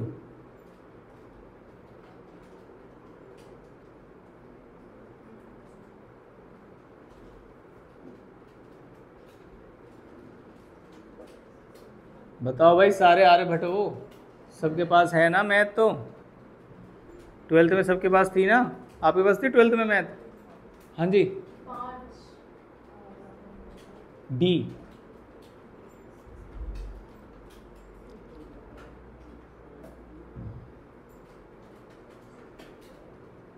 और इसमें सॉल्व क्या कर रहे हो तुम गधो? 3.12। हाँ जी, याद नहीं आया क्या आंसर था? 5 कैसे आ गया? चलो मेजोरिटी 3.12 पे है तो 3.12 मैंने मान लिया है। हालांकि इसे चेक कर लेंगे अभी। D 3.12 आया। उन्होंने मुझे डिविडेंड नहीं पूछा था, क्या पूछा था? Dividend pay out ratio. अब उन्होंने कहा मेरी अर्निंग कितनी थी ये बताना जरा। अगर मैं डिविडेंड पे आउट रेशियो निकालना चाहूँ कि रेशियो क्या है, तो मेरे पास 3.12 की पेमेंट करना चाहता हूँ। कितने रुपए में से? 6 रुपए में से, मल्टीप्लाइड बाय 100। बताओ क्या रेशियो? तो उन्होंने मुझसे, अगर मान लीजिए कोई बच्चा 3.12 आंसर निकाल के छोड़ के आ जाए तो क्या उसे मार्क्स मिलने चाहिए? नहीं, कि उसने डिविडेंड पे आउट रेशियो पूछा था, ना कि डिविडेंड। नहीं देते ना वो, आप समझो उस बात को। मेरे देने से क्या होता है?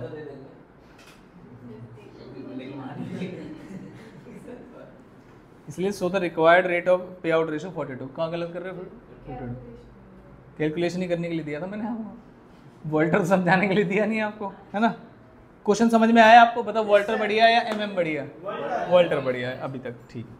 तो ये मैंने आपको कितने क्वेश्चन कराए इसके, इलस्ट्रेशन नंबर 2 और इलस्ट्रेशन नंबर 3। कहो तो और भी कराऊं या ये वाले खुद कर लोगे?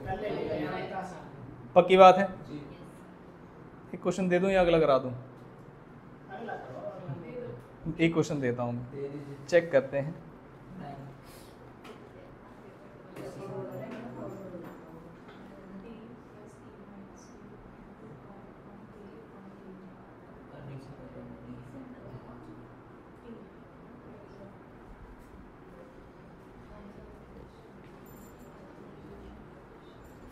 पानी की बोतल चाहिए यार, प्यास लग रही है तब से। देखना पानी की बोतल।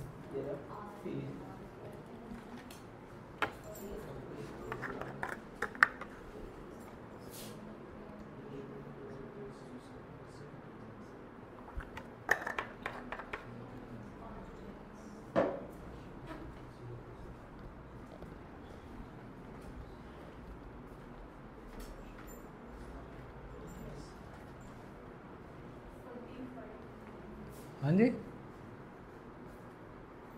पे आउट रेशियो क्या बता रहे? पे आउट रेशियो या उस पे प्राइस? प्राइस 45.83। एक बच्चे का आंसर आया है। इसमें ध्यान रखना, रेशियो ऑप्टिमम तुम्हें ही बताना है कि क्या रेशियो होगा। 45.8। एक बच्चे का और आ गया आंसर। क्या निकालने का इसमें हमें? तुमने क्या निकाल लिया? बस मैंने यही तो बोला, ऑप्टिमम पे आउट रेशियो हम खुद डिसाइड करते हैं ना इसमें कि क्या होना चाहिए, उसके हिसाब से प्राइस बताते हैं।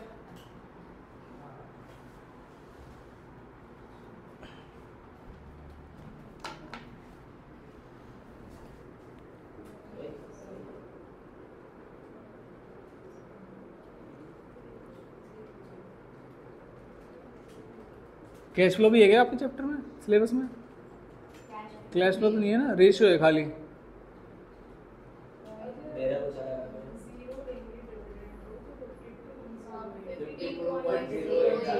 आपने किस पे निकाला? 100% डिविडेंड पे? नॉर्मल उसमें कोई डिविडेंड पे आउट रेशियो लिया होगा ना आपने? जो क्वेश्चन ने लिया था वो लिया है आपने, तो क्वेश्चन से लिया हुआ कितने बजे अभी कर रहा हूँ डिविडेंड।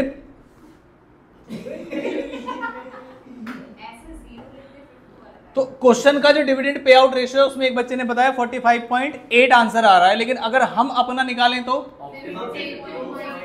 उससे ज्यादा आ रहा है या नहीं आ रहा है? हमें कैसे पता चला? देखो उनका जो रेट ऑफ रिटर्न इन्वेस्टमेंट में 15% और इक्विटी वाले 12% मांग रहे हैं।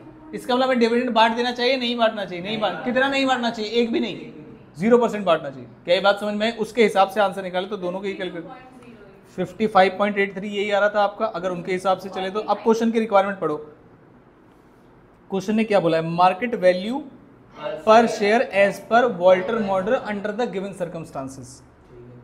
आगे optimum dividend pay out ratio according to Walter model and the market value of the company share at the pay out ratio. बड़ा सिंपल क्वेश्चन था मेरे हिसाब से। अब आप इन क्वेश्चंस को कर लेंगे, तब तक क्वेश्चन के अंदर जो गिवन है उससे निकालना पड़ेगा हमें।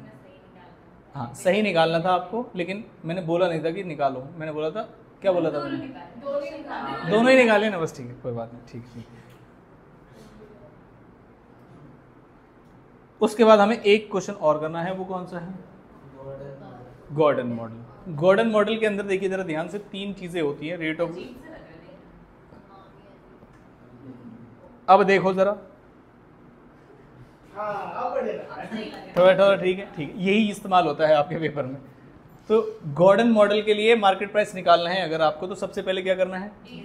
D0 क्या होता है? डिविडेंड लास्ट ईयर जो आपने पे किया है प्लस है, मल्टीप्लाई और divide by KE minus G। ये फॉर्मूला आपको इस्तेमाल करना है। इससे क्या निकल जाएगा? मार्केट प्राइस ऑफ शेयर, जैसे हम निकालते हैं। बोल सकते हैं आप इसको। देखो D0 मल्टी, अब ये किसका फॉर्मूला है? गॉर्डन ने कहा D0 इंटू 1 प्लस G। आप बिल्कुल सही कह रहे हो कि अगर मैंने कहा मान लीजिए इसमें ग्रोथ है ही नहीं, फिर क्या करेंगे? एक्सपेक्टेड D0 डिवाइड बाय के। मैंने नया फॉर्मूला बनाया देखो। और अगर ग्रोथ नहीं है क्वेश्चन में तो क्या करेंगे? D0 डिवाइड बाय के, यही तो होगा। ग्रोथ नहीं है और एक्सपेक्टेड डिविडेंड, हाँ मेरा वाला मॉडल ले लिया। ग्रोथ नहीं है और एक्सपेक्टेड डिविडेंड दे रखा है, तो हम वो वाला लेंगे ना। इसमें नहीं बनाएंगे, वो क्यों घुसा रहे हो उसमें फालतू का दिमाग नालायक। हाँ कॉस्ट ऑफ इक्विटी लगा रहे हैं इसमें। इसी का एक क्वेश्चन कराता हूँ, लेकिन गॉर्डन मॉडल की थोड़ी सी आगे जाके दिक्कतें हैं।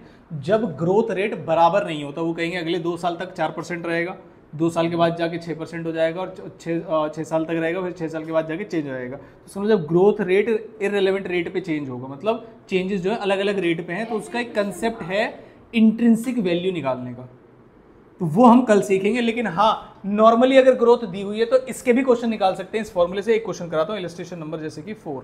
इलस्ट्रेशन नंबर कौन सी? 4 ये रही। क्वेश्चन क्या कह रहा है? आपको कौन सा मॉडल यूज करना है? Gordon model. फॉर्मूला पता है आपको? बताओ formula. D0 1 + G upon KE minus G। बहुत बढ़िया। इसके हिसाब से नेट अर्निंग्स बताओ जल्दी से। D0 कैसे निकालूंगा मैं? डिविडेंड।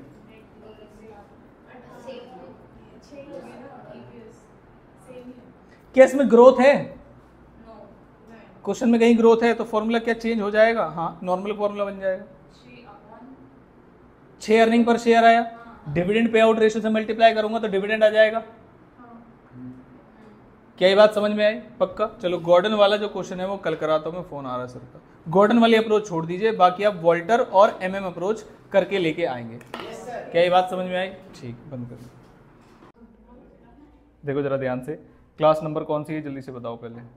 क्लास नंबर 2 है। गुड इवनिंग जी। आज हमारे बीच में क्योंकि 2 बच्चे नहीं हैं, जिंदा हैं, बस आज यहाँ नहीं है, फिर भी हम इस चैप्टर की आज इस 2nd क्लास को लास्ट क्लास बना देंगे और ज़्यादा नहीं करेंगे, बस चैप्टर खत्म कर लेंगे और कुछ भी नहीं। क्या बात समझ में आई? ठीक है। जिसके अंदर हमने क्या क्या पढ़ लिया है। डिविडेंड डिसीजन में 2 तरीके की अप्रोच हमने देखी, एक रेलेवेंस थ्योरी वाली चीज़ थी और एक इररिलेवेंस थ्योरी वाली चीज़ थी। इररिलेवेंस थ्योरी क्या कहती थी? MM अप्रोच की। क्या सेम आता है? Value of firm.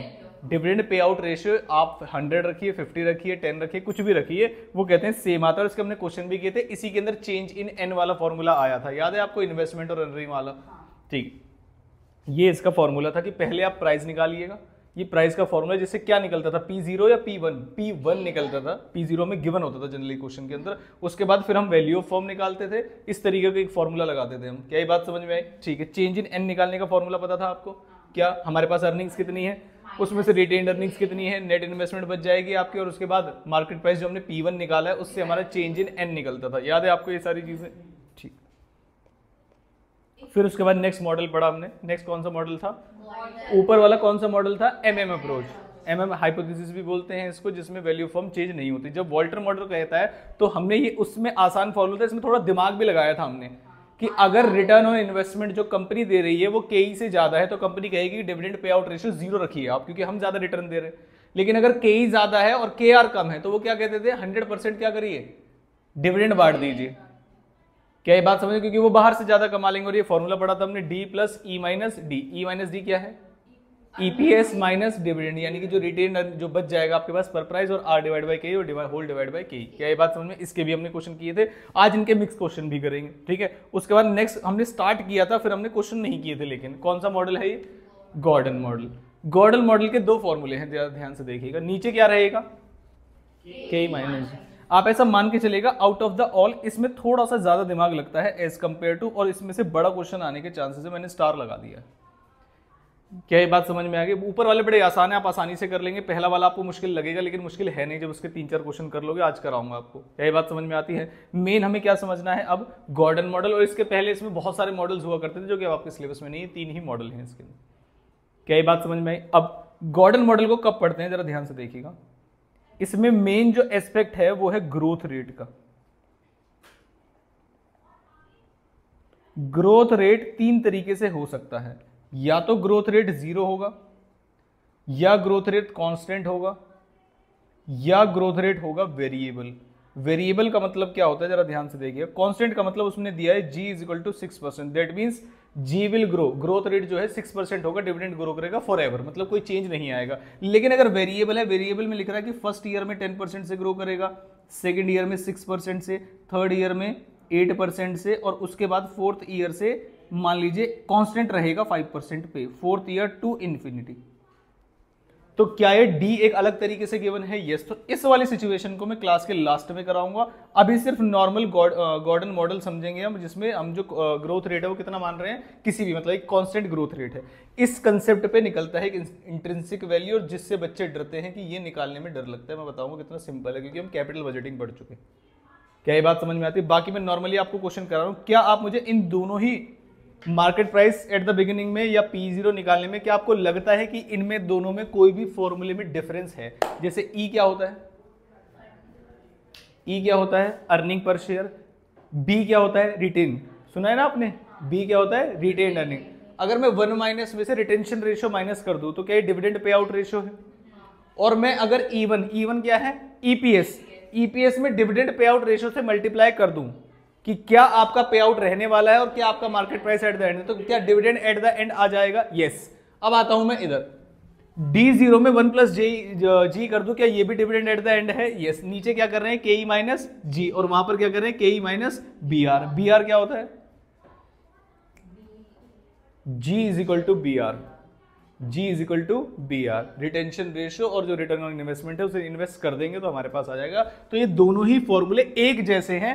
क्वेश्चन में इंफॉर्मेशन के हिसाब से हम फॉर्मूले को पुट करते हैं। अगर मान लीजिए क्वेश्चन में रिटेंशन रेशियो ये सारी चीजें गिवन है, तो मुझे क्या करना चाहिए? ये वाला फॉर्मूला। क्वेश्चन में सिंपल ग्रोथ रेट और KE वगैरह गिवन है, तो ये वाला फॉर्मूला। क्या याद रहेगा ये वाला फॉर्मूला? पक्का। पहले गॉर्डन के क्वेश्चन करने वाले और लाइन से सारे क्वेश्चन करेंगे। पहले मुझे बताओ फटाफट से, MM वाला फॉर्मूला क्या था? P0 is equal to P1 plus D1 upon 1 plus KE। ये ओरिजिनल फॉर्मूला था उसका। क्या निकालने के लिए? प्राइस, ये वाला निकालने के लिए, न्यू प्राइस निकालने के लिए। और जब वैल्यू ऑफ फर्म की बात आई तो क्या हुआ?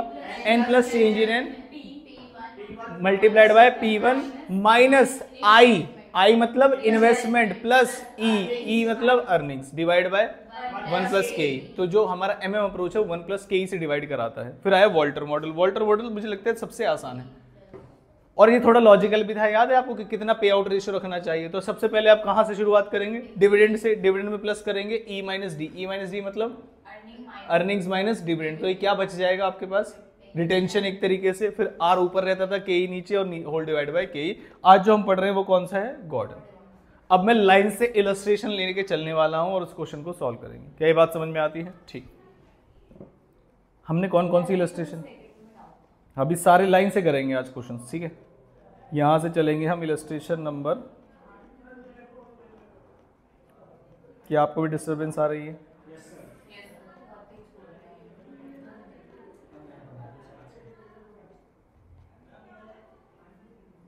क्या इलस्ट्रेशन 3 तक कर लिया है हमने? ये रहा इलस्ट्रेशन 3। आज कौन सा करना है? गॉर्डन मॉडल है, और इलस्ट्रेशन नंबर कौन सी है? 4। मुझे बस 1 सेकंड का समय दो।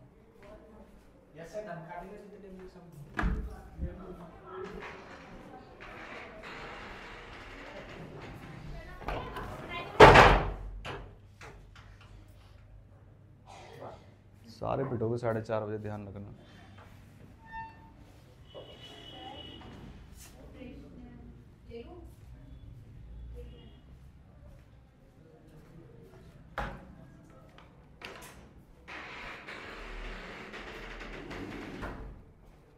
आपको इलस्ट्रेशन नंबर 4 पढ़ के क्या लग रहा है? कौन सा वाला फॉर्मूला लगाना चाहिए? देखिए क्वेश्चन में क्या गिवन है?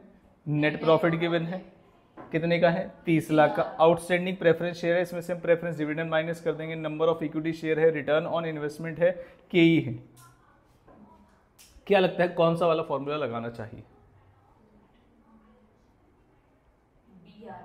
क्या आपको डिविडेंड पे आउट रेशियो दिख रहा है यहाँ पर? कहाँ है बताइए? नीचे गिवन है। कहाँ है? 20, 25%, 50% और 100%। अब मैंने कहा फॉर्मूला बताओ, पहले फॉर्मूला क्या है? फॉर्मूला बताओ। E1 पहले लिखेंगे हम, 1 माइनस B, फिर divide by KE minus BR। यही फॉर्मूला है, चेक कर लेते हैं। यही फॉर्मूला है E1। अब इसी पे मान लीजिए सॉल्यूशन कर रहे हैं हम इलस्ट्रेशन नंबर 4 का। ये रही इलस्ट्रेशन नंबर 4। बताइए फटाफट से कैसे होगी, जल्दी से, ये इसी में दिखा दो। चलो एक कर लेते हैं, फिर बाकी इसी में दिखा दूंगा। इलस्ट्रेशन नंबर 4, फॉर्मूला आपने मुझे बता ही दिया है, दोबारा बताएंगे फटाफट से। E1 minus 1 minus B divided by K minus B R. B R का मतलब जी भी बोल सकते हैं, जिसे ग्रोथ रेट बोलते हैं, ठीक है। अब मैंने मान लीजिए इसके हिसाब से क्वेश्चन को सॉल्व किया, तो अब पहले मुझे अर्निंग्स वगैरह निकालनी पड़ेंगी, तो मैंने यहाँ पर छोटा सा फॉर्मूला लगा दिया। बताइए सबसे पहले अर्निंग्स है कितने की? 30 लाख की अर्निंग है, जिसमें से 12% का 30 लाख में से चला गया तो कितना बचा? 18 लाख, और 3 लाख से डिवाइड कर दिया तो 6 बचा मेरे पास। क्या? EPS, जिसमें से क्या कह रहे हो कि सबसे पहले डिविडेंड पे आउट रेशियो कितना रखना चाहते हैं? 25। तो 6 का अगर 25% निकालो तो कितना आएगा? 1.5। तो ये कौन सा वाला केस ले रहा हूं मैं? फर्स्ट वाला केस, जिसमें डिविडेंड पे आउट रेशियो कितना है? 25%। तो अर्निंग E1 मतलब कितना आएगा मेरा? 6 रुपए। 1 माइनस बी कितना है? 1.5।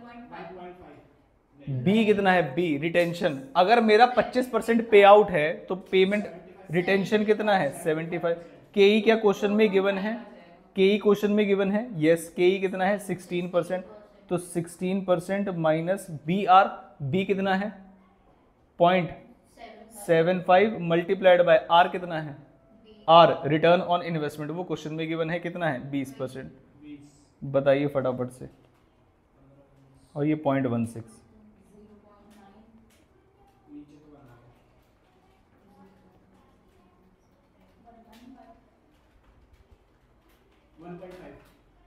1.5। चेक करते हैं क्या हमारा आंसर उनसे मैच कर रहा है। 1.5 मतलब 150। 150 आ रहा है, 1.5 आ रहा है। ये नालायकों को 1.5 कैसे आ रहा है? पॉइंट में है सब। 6 इंटू 0.25 करो, कितना आएगा? 6 into 0.25 1.5 divided by 0.16 minus 0.75 into 0.20 कितना आएगा? ये 0.15 इक्वल्स टू फिर से 1.5 डिवाइडेड बाय 0.16 तो कितना आएगा? 0.10। अब जरा डिवाइड करना, सॉरी 0.01 तो कितना आएगा? 150।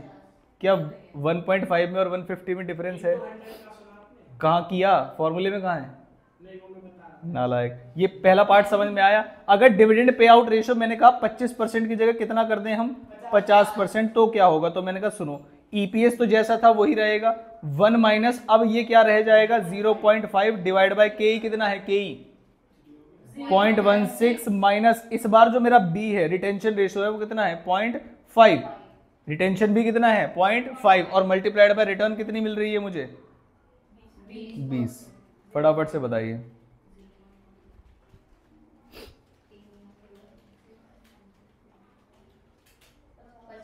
$50।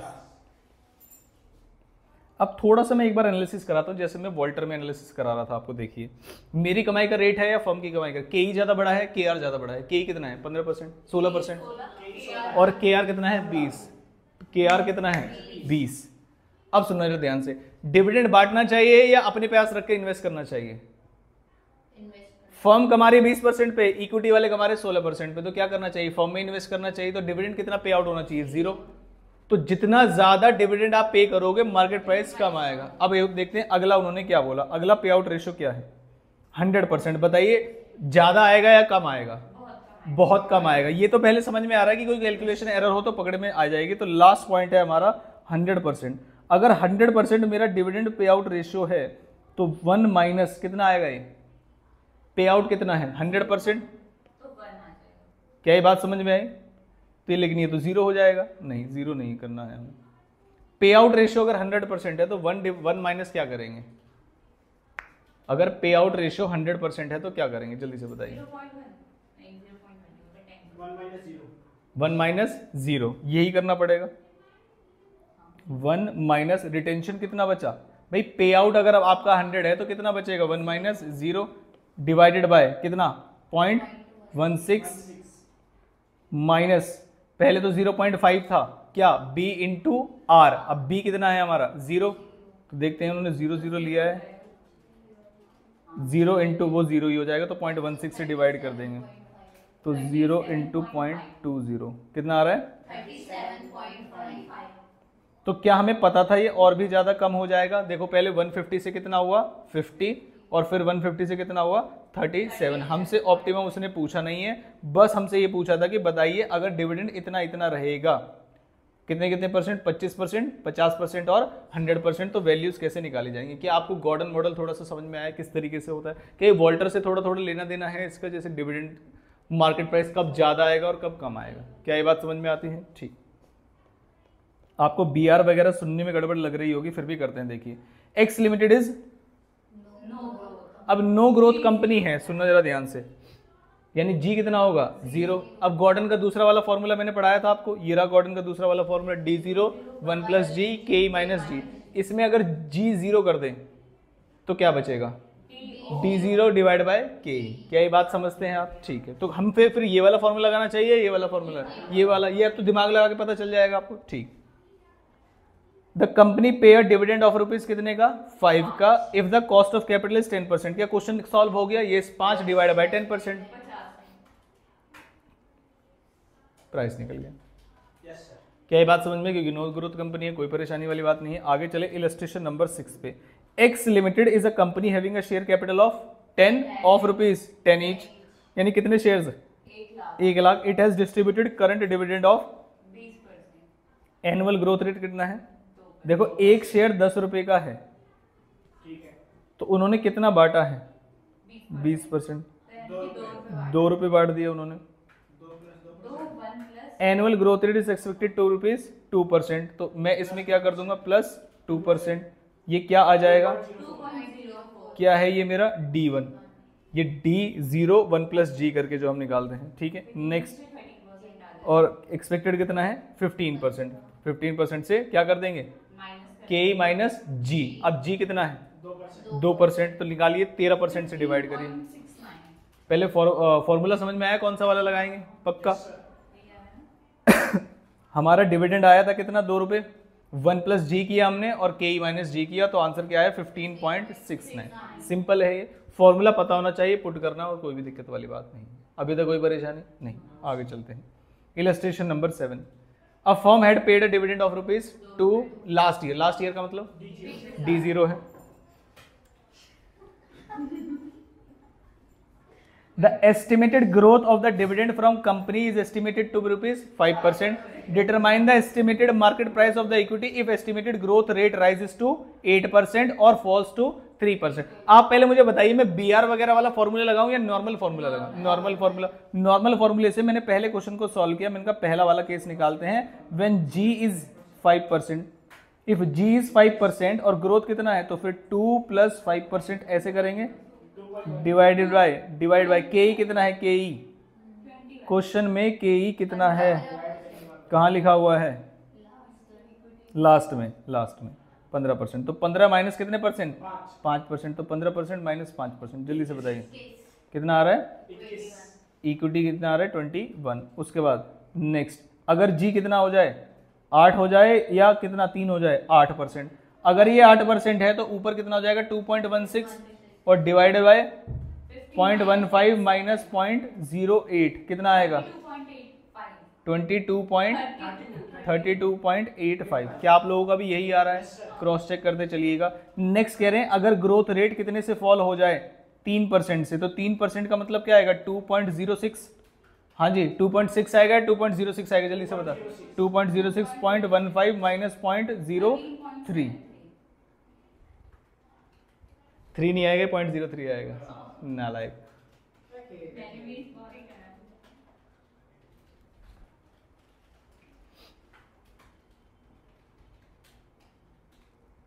मेरा सही आया था, मैंने इसका देख के काट दिया।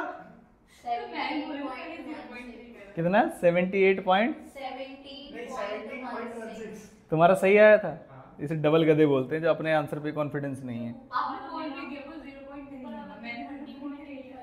ये हाँ जी, बच्चा कह रहा है 30.85 आ रहा है उनका, क्रॉस चेक करिए सेकंड वाले को जल्दी।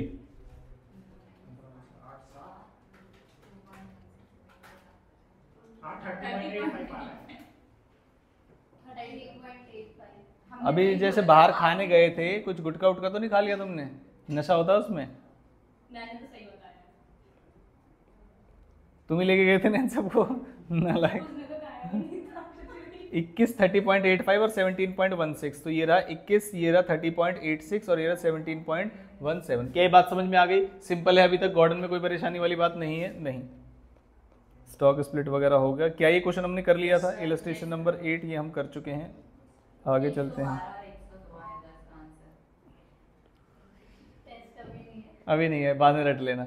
Illustration number 9, earning of the company कितनी है? 5 lakh. Dividend pay out ratio 60%। Number of share outstanding है 1 लाख। इक्विटी कैपिटलाइजेशन रेट कितना है? 12%। रिटर्न इक्विटी कैपिटलाइजेशन रेट का मतलब के, और ये क्या है?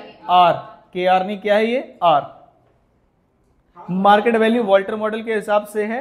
अच्छा, वॉल्टर मॉडल वाला है शायद, ये तो हमने कर लिया था सॉल्व, इसमें तो कोई दिक्कत वाली बात नहीं है। आगे चले इलस्ट्रेशन नंबर 10 पे। अब है देखो मजेदार इलस्ट्रेशन। ऐसे क्वेश्चन मेरे हिसाब से आने चाहिए 5 नंबर में। Taking in the example of 3 different firms, growth, normal and declining, calculate the share price under Gordon model. अब सुनो जरा ध्यान से, गॉर्डन मॉडल वाला सिचुएशन क्या है? इसने क्या क्या दिया है? देखो बी दिया है, 1 माइनस बी दिया है, ई दिया है, तो कौन सा वाला फॉर्मूला लगाना चाहिए? बी वाला। अब बी वाला फॉर्मूला क्या था? E1 1 minus B. E1 क्या है? Earning per share. B क्या है? Retention ratio. तो क्या मैं बोलूं E1 का डिविडेंड पे आउट रेशियो से मल्टीप्लाई करके डिविडेंड निकालते हैं। क्या ये बात समझ में? आपको इसमें से E1 कहां दिखाई दे रहा है? अर्निंग पर शेयर 10 रुपए। और अगर कंपनी का रिटेंशन रेशियो कहां है? ये रहा, रिटेन्ड अर्निंग्स कितना? 0.6, तो पे आउट कितना हो गया? 0.4। क्या ये बात समझ? तो ऊपर कितना आएगा? 10 का 40%, यानी कितना आएगा? 4। और नीचे किससे डिवाइड करते थे? नीचे किससे? के माइनस बी आर। बी कितना है क्वेश्चन में? बी ये रहा 0.6 और आर कितना है? 15%। करो इसे 0.15 0.6 0.09। किससे माइनस करेंगे इसे? के ई से निकालते हैं। ये रहा।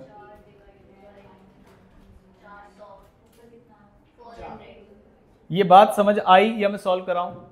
देखो D1 हम निकालना जानते हैं, के ही क्वेश्चन में गिवन था, और ये रहा BR। अगर समझ में नहीं आया तो हम देखो अगली फॉर्म को खुद निकालेंगे, सेकंड वाली फॉर्म का।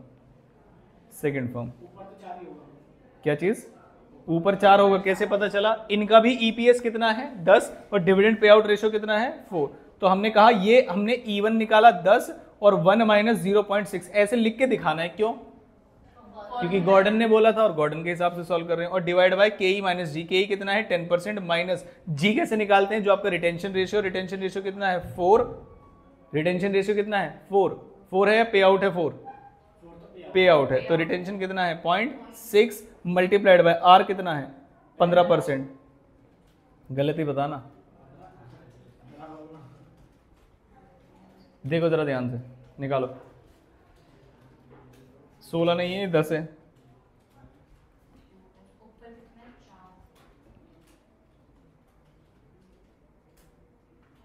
बताना मत है ना जब तक बाकी ना बताएं। बताओ 15 क्या? 15 10 है क्वेश्चन में, 10 है। सॉरी हमने ऊपर वाले क्वेश्चन का ले लिया।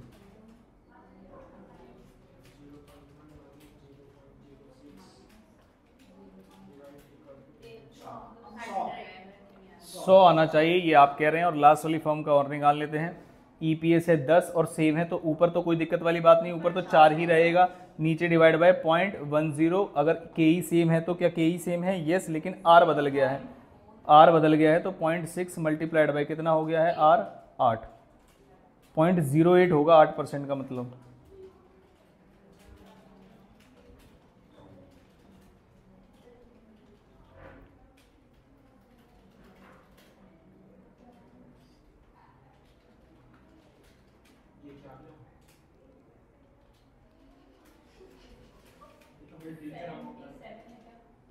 हाँ मेरे ये आया 76.9।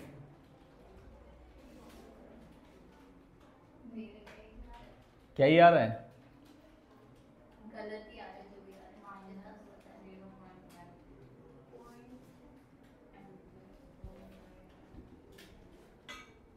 मेरा तो अलग आ रहा है। कितना आ रहा है ये बताओ ना। ये जो पेन का इस्तेमाल नहीं करते हैं ना, इसमें शॉर्टकट मारते, वही बच्चे फंसते हैं इसमें।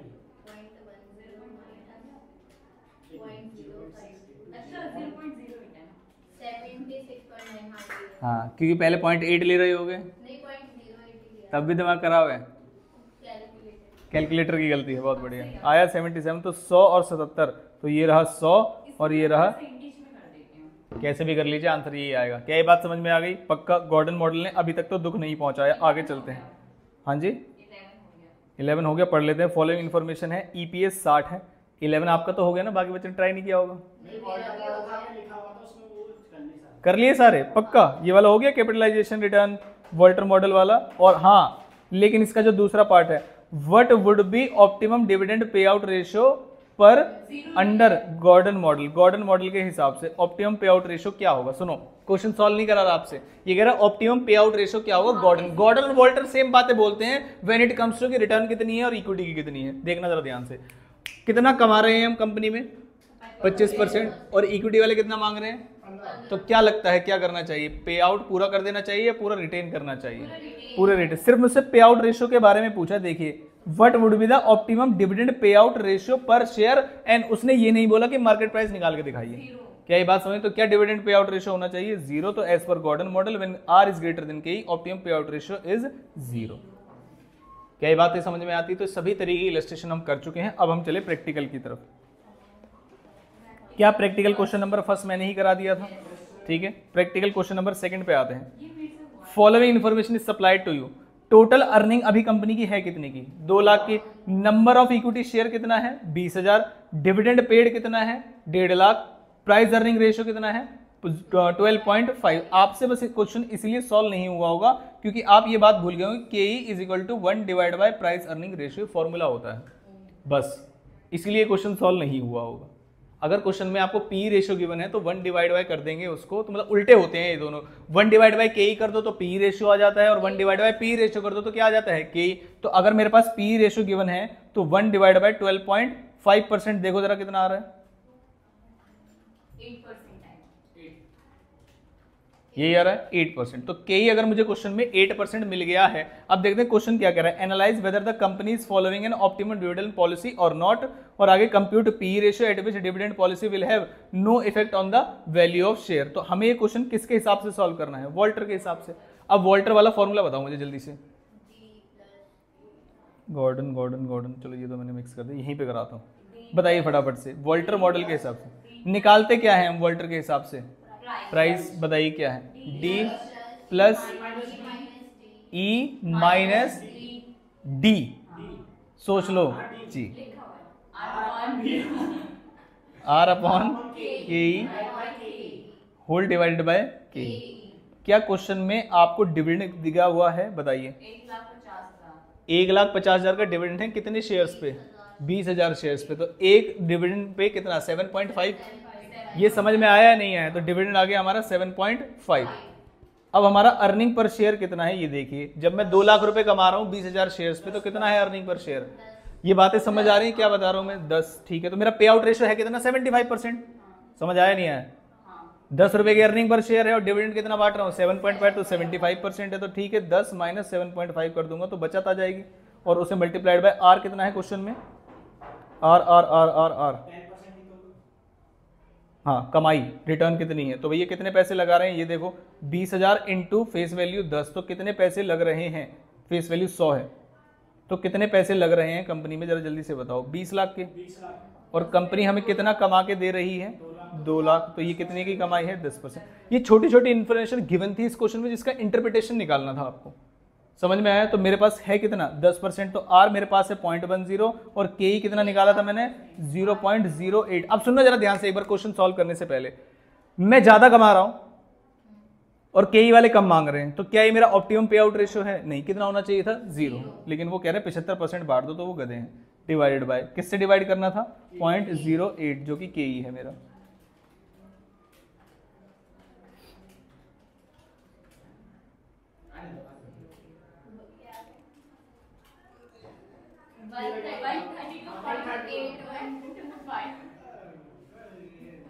वन 32.8125। ये आपका क्या? ये हमसे पूछा क्या है? Analyse whether the company following in optimum dividend policy, तो मैं बिना सॉल्व करे ही बता सकता था क्योंकि मुझे आर पता चल गया, क्योंकि मुझे के पता चल गया, तो कंपनी ऑप्टिमम पॉलिसी तो नहीं कर रही है। Compute PE ratio at which the dividend policy will have no effect on the value of share. मैंने कहा देखो जरा ध्यान से, अगर मेरे पास के इज इक्वल टू आर के आ जाए तो फिर कोई फर्क नहीं पड़ेगा। याद करो भाई, या तो आर ज्यादा आ जाए तो मुझे बिल्कुल डिविडेंड नहीं बांटना चाहिए, अपने यहाँ इन्वेस्ट करना चाहिए, और के ही ज्यादा आ जाए तो पूरा बांट देना चाहिए। मैंने कहा अगर दोनों बराबर आ जाए तो, अगर दोनों बराबर आ जाए तो पे आउट रेशो पे कोई फर्क नहीं पड़ेगा, वो पे आउट रेशो बिल्कुल एमएम अप्रोच की तरह हो जाएगा कि कोई इंपैक्ट नहीं आएगा। क्या मेरी इस बात को आप समझ पा रहे हैं? ठीक है, लेकिन क्वेश्चन ने कहा क्या है कि उस लेवल पे आपको क्या निकालना है। सुनो जरा ध्यान से, मैं बोलूंगा when K will be equal to K R which is कितना है, which is 10%, then PE ratio PE will be equal to 1 divided by K, 1 divided by के कितना, 10 तो कितना आ जाएगा 10%। 10% कैसे लिया, मेरा आर क्वेश्चन में 10% है, तो अगर मेरा के ही 10% होगा तभी तो मेरा डिविडेंड पॉलिसी पे कोई इंपैक्ट नहीं आएगा। और अगर मुझे के ही पता चल जाए कि मेरा 10% आ जाए तो क्या उससे मैं पी रेशियो निकाल सकता हूं? यस, 1 डिवाइड बाय के, जैसे P ratio equals to 1 divide by K, ऐसे ही K equal to 1 divide by P होता है। तो कितना आएगा बताओ, 10 ही आएगा ना। ये सॉल्व कर लिया, सॉल्व कर लिया। तो मुझसे इन्होंने क्या पूछा है, compute the P ratio at which dividend policy will have no effect, और compute the K, compute the P ratio. और हमने मानना पड़ेगा कि जहां पर ऑप्टिमम पॉलिसी मतलब जहां पर कोई भी पे आउट रेशियो फर्क नहीं पड़ता, वो तब होगा जब कंपनी की कमाई और के बराबर होंगे। तो हमने के मजबूरी में 10% पे लाना पड़ेगा, उस पे हमने पी निकाल दिया। क्या ये बात समझ आई या नहीं, जल्दी से बताइए। इसका एक बार आंसर चेक करेंगे हम, कौन सा है, सेकंड का सेकंड, ये रहा सेकंड का सेकंड। तो पढ़िए, the P ratio at which dividend policy will have no effect, वो कौन सा हो जिसमें के इक्वल टू किसके होगा, रेट ऑफ रिटर्न आर के। The K would be 10% because of R is equal to 10% in our question. आगे at the P ratio of 10, therefore the P ratio कितना होगा 10। कैसे निकाला है वो मैंने आपको बता दिया है। क्वेश्चन समझ में आया आपको थोड़ा सा? अब एप्लीकेशन वाले क्वेश्चन आ गए, ठीक है। Next, will your decision change if P ratio of 8 instead of 12.5। इस क्वेश्चन में सुनो सुनो सुनो सुनो सुनो, इस क्वेश्चन में रिक्वायरमेंट में कौन सी रिक्वायरमेंट में क्या चेंजेस करने हैं वो अगर समझ में आ जाए तो आपको बात जमेगी। बस ऊपर ओरिजिनली 12.5 की जगह क्या रख के देखना है, 8। मुझे ऑप्टिमम पे आउट रेशियो नहीं निकालना, उसने इफेक्ट पूछा, इसका मतलब बाकी सारी चीजें सेम रहेंगी। तो जो के है वो हमारा 12.5% आ जाएगा, के ज्यादा आ गया केआर से। तो पी रेशियो पे आते हैं पहले। कंपनी ने क्या कहा, पी रेशियो क्या हो जाएगा 8.8%। तो मैं बोलूंगा 1 डिवाइड बाय के, ऐसे ही होगा। पी रेशियो कितना है, रुको रुको रुको, अरे रुक जाओ। पी रेशियो कितना है 8, तो पी रेशियो को अगर मैं 8 रख दूं, 8, तो के कितना आ जाएगा 12.5। तो के कितना आ जाएगा 12.5%। पहले ये बात समझ पाए या नहीं कि पी को चेंज करने के लिए मेरा के भी चेंज करना पड़ेगा मुझे। अब क्वेश्चन में क्या इंपैक्ट आएगा वो देखते हैं। फॉर्मूला क्या था जरा जल्दी से बताओ। ये रहा फॉर्मूला, ये रहा फॉर्मूला मेरे पास। अब इस फॉर्मूले में कहां चेंज आएगा ये देखते हैं। P इज इक्वल टू, सबसे पहले क्या होगा, डिविडेंड। डिविडेंड पे कोई चेंज आएगा? नो। कितने का डिविडेंड बांट रहे थे हम, 7.5 का, प्लस क्या कर रहे थे, अर्निंग पर शेयर में से 7.5 माइनस कर रहे थे। आर कितना था इस क्वेश्चन में, आर कितना था 10%। अब आर जो कि कम हो गया और हमारा जो के है वो 12.5 हो गया। ये वाली बात मेरी समझ पा रहे हो या नहीं समझ पा रहे? देखो, खाली पी रेशियो चेंज करोगे तो मेरे क्वेश्चन पे कहां इंपैक्ट आएगा अगर मैं उसका के पे इंपैक्ट नहीं दिखाऊंगा। के यूज होता है मेरे क्वेश्चन में तो, और डिवाइड बाय कितने से, होल डिवाइड बाय 1 to 5 यानी 12.5%। एग्जैक्ट आ रहा है?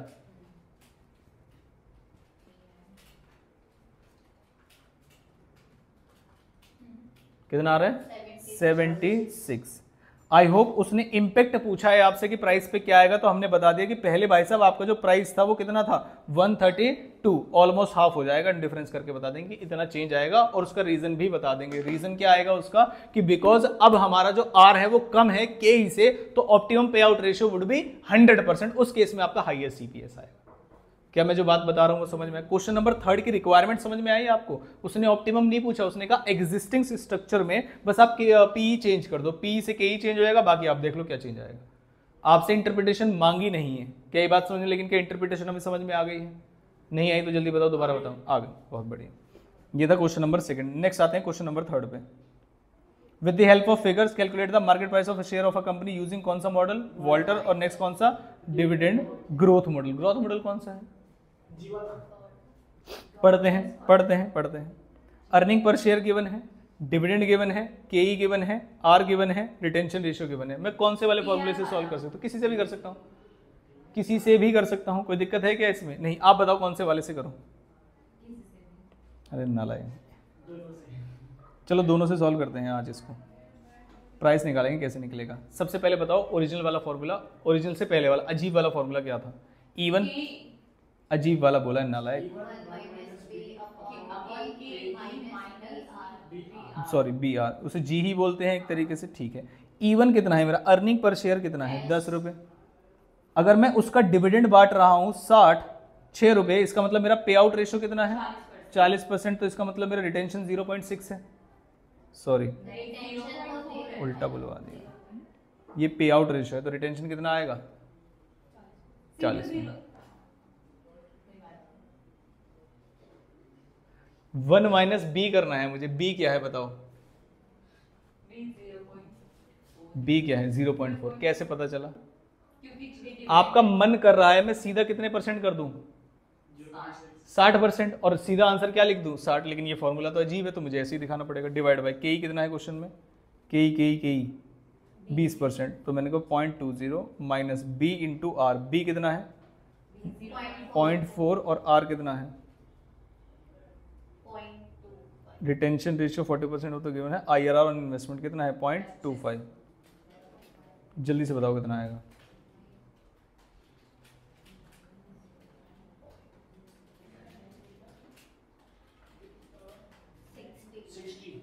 सिक्सटी %। क्या 60? Sorry 60 answer. दूसरे वाले में आते हैं। दूसरा वाला फॉर्मूला क्या था प्राइस निकालने का? D1 सीधा लिख दूं अगर मैं, पर क्योंकि ये किसका फॉर्मूला है? गॉर्डन का। तो क्या लिखूंगा? D0 1 + G upon. क्या आपको ग्रोथ रेट कहीं दिख रहा है क्वेश्चन में? पढ़िए फटाफट से। नहीं, तो सीधा D1 ही गिवन है हमें 6, तो ऊपर लिखूंगा मैं 6 डिवाइड बाय के कितना?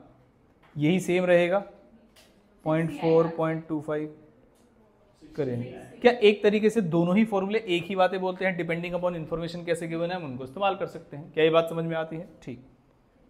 एक बार आंसर चेक करो क्वेश्चन नंबर 3 का। इनका अलग आ रहा है। अच्छा सॉरी, गॉर्डन, हाँ ठीक है, वो उसका था वॉल्टर का, ये वॉल्टर का था। वॉल्टर का आपने कर लिया होगा ऐसा मैं अज्यूम कर लूँ। ठीक, आगे चलते हैं। 3 हो गया। नेक्स्ट आते हैं, ये कौन से उससे सॉल्व करवाना है? ये तो गॉर्डन मॉडल से ही करवा रहा है। अभी हमने ऐसा ही क्वेश्चन किया था जिसमें अलग अलग पे आउट रेशियो थे इलस्ट्रेशन की तरह। क्या मैं बिल्कुल छोड़ दूं? एक बार छोड़ने से पहले मैं ये देख रहा हूँ नेट प्रॉफिट कितने का है? 50 लाख का, और जिसमें मैं प्रेफरेंस शेयर दे दूंगा 15 लाख के, तो कितना बचेगा? 35 लाख। वो 35 लाख में डिवाइड करूंगा नंबर ऑफ इक्विटी शेयर से, कितना? 5 लाख, तो कितना आएगा? 7 क्या है? Earning per share. क्या अर्निंग पर शेयर का इस्तेमाल होगा इसमें? यस। क्या ये बात समझ में आती है? उसके बाद मेरे पास रिटर्न ऑन इन्वेस्टमेंट है, मतलब ये क्या है? के आर है आपके पास, और के ई है आपके पास, और आपके पास है क्या? ईपीएस कितना आएगा? 7। क्या आप अब क्वेश्चन को सॉल्व कर लेंगे? आसान क्वेश्चन है। पे आउट रेशियो, पे आउट में डिविडेंड निकल जाएगा आपका, रिटेंशन वगैरह सब। मेरे हिसाब से सिंपल क्वेश्चन है। करवाऊं या कर लोगे? कर लोगे, ठीक। आते हैं question number 5। ANR Limited is a large cap company, multinational, listed in BSE in with a face value of कितना? 100 per share. The company is expected to grow at 15% per annum for the next 4 years, then 15% for an indefinite period. ये कौन सा वाला है बताओ जरा? ये variable वाला जो मैंने कहा था क्लास के एंड में एक क्वेश्चन कराऊंगा, आपको समझ में आ जाएगा। तो ये क्लास के एंड के लिए इंट्रिंसिक वैल्यू वाला क्वेश्चन, ठीक है। अभी के लिए मैं पहले सिंपल क्वेश्चन करा रहा हूँ, ठीक है। आगे ये वाला पार्ट अभी करना नहीं, क्योंकि उसी की एप्लीकेबिलिटी आएगी आपके 7th क्वेश्चन पे आते हैं, ठीक है। शायद आपने कर भी लिया हो। पढ़ते हैं। आकाश लिमिटेड के पास कितने इक्विटी शेयर्स हैं? 10 lakh. Outstanding at the start of the accounting year. Existing market price कितना है? 150। एक्सपेक्टेड डिविडेंड 8 पर शेयर। एक्सपेक्टेड मतलब आने वाला। The rate of capitalisation to risk class to which company belongs कितना है? क्या ये बात समझ में आई? क्वेश्चन क्या कह रहा है? Calculate the market price per share when expected dividend are declared not declared. क्या ये पहले जैसा क्वेश्चन है? एमएम अप्रोच का सिंपल वाला क्वेश्चन कराऊं या कर लोगे? जल्दी से बताओ। एमएम अप्रोच वाले में कोई दिक्कत नहीं आएगी। Calculate the number of share, अब किसके हिसाब से पूछ रहा है? ये नंबर ऑफ शेयर पूछ रहा है, number of share to be issued, मतलब क्या पूछ रहा है? Change in N. क्या तो हम वैसे भी निकालते, देखो पहले कह रहा है P1 निकालो, फिर कह रहे चेंज इन एन निकालो, और फिर क्या निकाला? वैल्यू ऑफ फर्म, फिर प्रूव करो। तो क्या एक सिंपल एमएम अप्रोच का क्वेश्चन है, हम वैसे भी निकालने वाले थे। ठीक, बताओ कहो तो कराओ, पक्की बात है। ठीक, नेक्स्ट आते हैं प्रैक्टिकल नंबर 8 और 9, दो ही क्वेश्चन बचे हैं। Mister H is currently holding कितने? 1 लाख शेयर किसके? HM लिमिटेड के। Currently the share of HM limited is trading in the Bombay stock exchange कितने का? 50 रुपए का अभी शेयर बिक रहा है। आगे चलते हैं क्वेश्चन में। Mister A have a policy to reinvest the amount of any dividend receive into the share back again of HM limited. क्या कह रहा है? लाइन पढ़ो और बताओ। इस क्वेश्चन से कोई इस चैप्टर से कोई लेना देना नहीं है, इसका डिविडेंड मॉडल से। सिंपल क्वेश्चन है, पढ़िए जरा। क्या कह रहा है कि उसकी क्या हैबिट है? मिस्टर ए की एक पॉलिसी है कि जैसे ही कोई डिविडेंड मिलेगा उसे कंपनी में री इन्वेस्ट कर देगा और दोबारा से शेयर्स खरीद लेगा। अब मैंने कहा अच्छा मुझे बताओ जरा कितना डिविडेंड है, फिर बताऊं कितने शेयर खरीद पाएगा। क्या ये बात समझ में आई? अब सुनो जरा ध्यान से। क्वेश्चन ने क्या कहा? HM लिमिटेड ने डिक्लेयर किया डिविडेंड कितने का? 10 रुपए। उसके पास कितने शेयर्स थे? 1 लाख शेयर। तो पहले देखेंगे डिविडेंड उसे रिसीव कितने का हुआ। 10 लाख।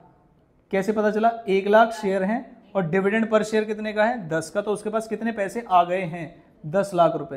क्या मैं यही बोल दूं यही है अमाउंट उसके पास जो रेडी है फॉर इन्वेस्टमेंट?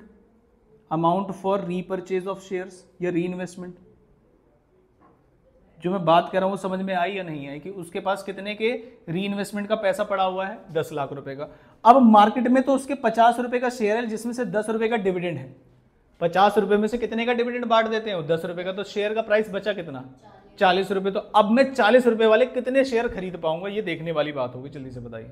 तो मैं कहूंगा कि भाई साहब मेरे पास अमाउंट इन्वेस्टमेंट के लिए कितनी बची हुई है? 10 lakh divided by market price excluding dividend, क्योंकि डिविडेंड तो मिल चुका है मुझे, एक्सक्लूडिंग डिविडेंड। भाई मैं पूरा शेयर बेचता तो मुझे कितने पैसे मिलते?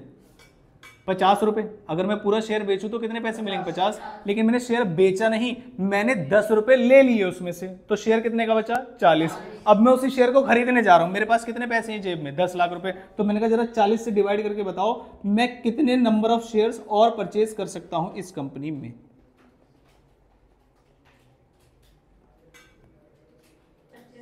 25,000 शेयर्स और खरीद सकता हूं मैं। पहले ये बात समझ में आई, री इन्वेस्टमेंट का मतलब क्या होता है? डिविडेंड का पैसा दोबारा शेयर खरीद लिया हमने। आगे क्वेश्चन क्या कह रहा है? Please determine the number of share that mister A would hold after री इन्वेस्टमेंट। क्वेश्चन क्या पूछ रहा है?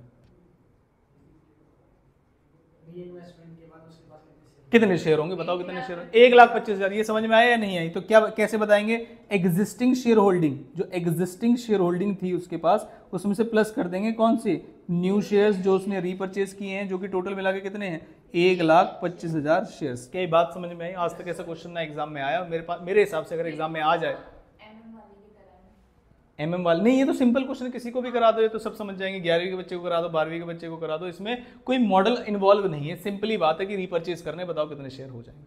बस इसमें जो पॉइंट है वो ये है कि यहाँ पर बच्चे 50 से डिवाइड कर देंगे, जबकि 50 से डिवाइड नहीं होगी, डिविडेंड ले चुका है वो 10 रुपए का। क्या ये बात समझ में आती है? ठीक है, ये 8th क्वेश्चन था। और इस चैप्टर के आखिरी क्वेश्चन पे जो स्टडी मैट के हिसाब से है उस पर आते हैं। From the following information given, if company decide to purchase 5,000 share at the prevailing market price, what is the resulting book value after repurchasing? तो इसका मतलब इसमें भी कोई मॉडल इन्वॉल्व नहीं है, एक सिंपल दिमाग लगाने वाला क्वेश्चन है। पढ़ते हैं क्या कह रहा है। पहले एक बार ऊपर वाले का आंसर पढ़ते हैं। आंसर कितना था इसका? 1,25,000। एक बार क्रॉस चेक कर लेते हैं आगे जाने से पहले। 8th। क्या ये बात समझ में आती है? ठीक, आगे चलते हैं। नंबर ऑफ शेयर हैं कितने मेरे पास? 1 लाख। अर्निंग पर शेयर है कितने का? 25 रुपए का। पी रेशियो कितने का है? 20। याद करो जब मैं इनका वो स्टेटमेंट बनवाता था EPS, तो EPS आता था मेरे पास और उसके बाद क्या करते थे हम? पी रेशियो करते थे। और अभी मार्केट में शेयर कितने का है वो आ जाएगा। तो उनका अभी जो कमाई है वो 25 है और पी रेशियो कितने का है? 20। अगर मैं मार्केट प्राइस निकालना चाहूं तो क्या निकाल सकता हूं? 500 रुपए। ठीक है। बुक वैल्यू पर शेयर कितने हैं? 400 रुपए। If the company decides to repurchase 5,000 shares at the prevailing market price. तो मैंने कहा ठीक है 5000 शेयर्स को अगर तुम रीपरचेज करना चाहते हो प्रिवेलिंग मार्केट प्राइस पे 500 रुपये, बताओ देना जरा कितना आएगा? 25 lakh. 25 lakh. What is the resultant book value per share after रीपरचेजिंग? तो एक बार मैच कर लेते हैं कि इनका भी 25 लाख ही आ रहा है।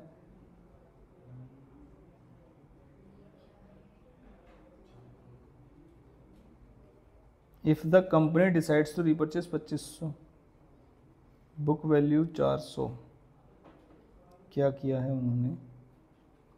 तो बुक वैल्यू ऑफ कंपनी निकाला है उन्होंने एग्जिस्टिंग शेयर्स का। तो क्वेश्चन ने बुक वैल्यू गिवन थे, पहले बुक वैल्यू निकाल लेते हैं। बुक वैल्यू कैसे निकलेगी? Book value of company is equal to 1 lakh shares और बुक वैल्यू है कितने की? 400 की, 400 लाख, यानी कि 400 लाख की उसकी बुक वैल्यू है। और company decides to repurchase 5000 shares at the prevailing market price. तो इसमें से हमने 5000 शेयर्स निकाल दिए at the prevailing market price जो कि 500 है। जो हमने अभी निकाला था कितना आ जाएगा? 25 लाख। 25 लाख अगर मैं इसमें से हटा दूं तो कितना बचेगा? 375 लाख।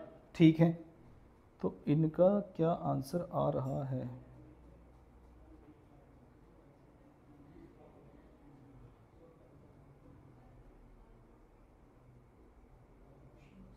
क्वेश्चन में कह रहा है 5000 शेयर्स और यहाँ पर लिख रहा है 25,000। ये दिक्कत है। If company decides to repurchase 5000 shares at prevailing market price,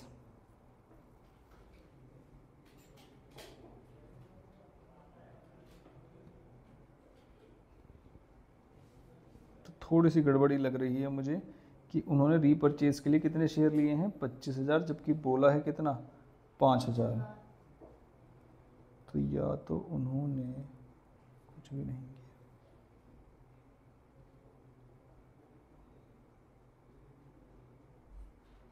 हम अपने हिसाब से पहले एक बार क्वेश्चन को सॉल्व करते हैं। 375, कोई बात नहीं, 375 लाख समझ में आया आपको? ये क्या है 375 लाख?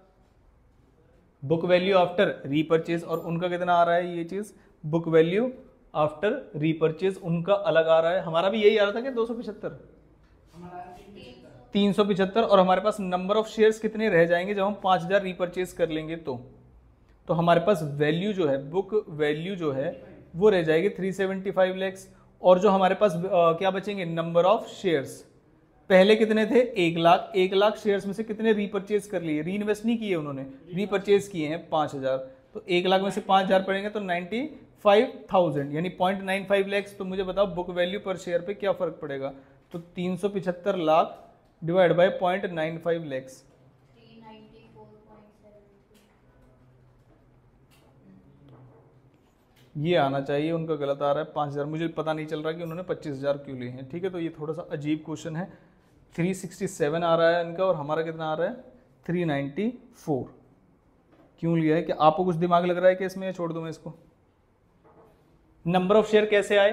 25,000, क्योंकि इन्होंने 25,000 लिया हुआ है और क्वेश्चन ने क्या कहा था कि 25,000 बोला था। If company decides to repurchase 5000 shares, 5000 shares बोल रहे हैं, तो हम 25,000 कैसे ले सकते हैं? 1 लाख शेयर है, अर्निंग है 25 की। गड़बड़ है, छोड़ दो। ये बात समझ में आती है? हमारा जो सॉल्यूशन है वो समझ में आया आपको? जैसे जैसे कंपनी ने बोला वैसा हमने कर दिया। लास्ट कंसेप्ट बचा है मेरे पास, कौन सा? इंट्रिंसिक वैल्यू का। उसका कंसेप्ट समझाता हूं मैं आपको और इस चैप्टर को करेंगे खत्म।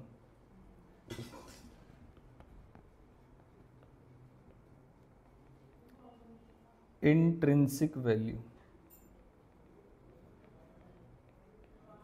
मैं पहले एक एग्जांपल से समझाने की कोशिश करूंगा आपको कि इसमें क्या कराया जाता है। देखिए जरा ध्यान से, आखिरी कंसेप्ट है इस चैप्टर का। कल मैं आपको दूंगा पूरा ब्रेक, आराम से पूरे चैप्टर को रिवाइज करिएगा अच्छे तरीके से और टेस्ट लूंगा मंडे को। क्या ये बात समझ में आई? थोड़ा ध्यान से करिएगा चैप्टर को। एग्जाम्पल नंबर 5 नंबर कन्फर्म इसमें से आते ही आते हैं। ठीक है, एग्जाम्पल नंबर फर्स्ट में मैंने कहा कि मेरी कंपनी ये चाहती है कि उसका जो डिविडेंड है, डिविडेंड वो ग्रो करे, ग्रोथ रेट हो इसका, लेकिन थोड़ा सा अजीब है ग्रोथ रेट। पहले ईयर में ग्रोथ रेट रहेगा 5, सेकेंड ईयर में ग्रोथ रेट रहेगा 6, थर्ड ईयर में भी रहेगा 6, फोर्थ ईयर में रहेगा, मान लीजिए फोर्थ ईयर में वो हो जाएगा 8 और उसके बाद स्टेबल रहेगा। क्या ये बात समझ में आई? अब सुनो जरा ध्यान से, मैं क्या करूंगा, अगर मान लीजिए मेरा एग्जिस्टिंग जो डिविडेंड है वो 10 रुपये है, तो मुझे बताओगे मैं हर साल कितने कितने का डिविडेंड पे करूंगा, 1 2 3 4, इस तरीके से मैंने ईयर्स लिखे। बताओ डिविडेंड की अमाउंट बताओ जल्दी से। अगर पहले साल डिविडेंड 10 रुपये ग्रो करेगा कितने परसेंट पे, 5% पे, तो डिविडेंड एक साल के एंड पे कितना होगा, 10 + 5%, तो कितना आ जाएगा 10.5। अब ये डिविडेंड ग्रो होगा किससे, 6% से, तो जरा 6% ऐड करो, 11.13, उसके बाद ऐड करो नेक्स्ट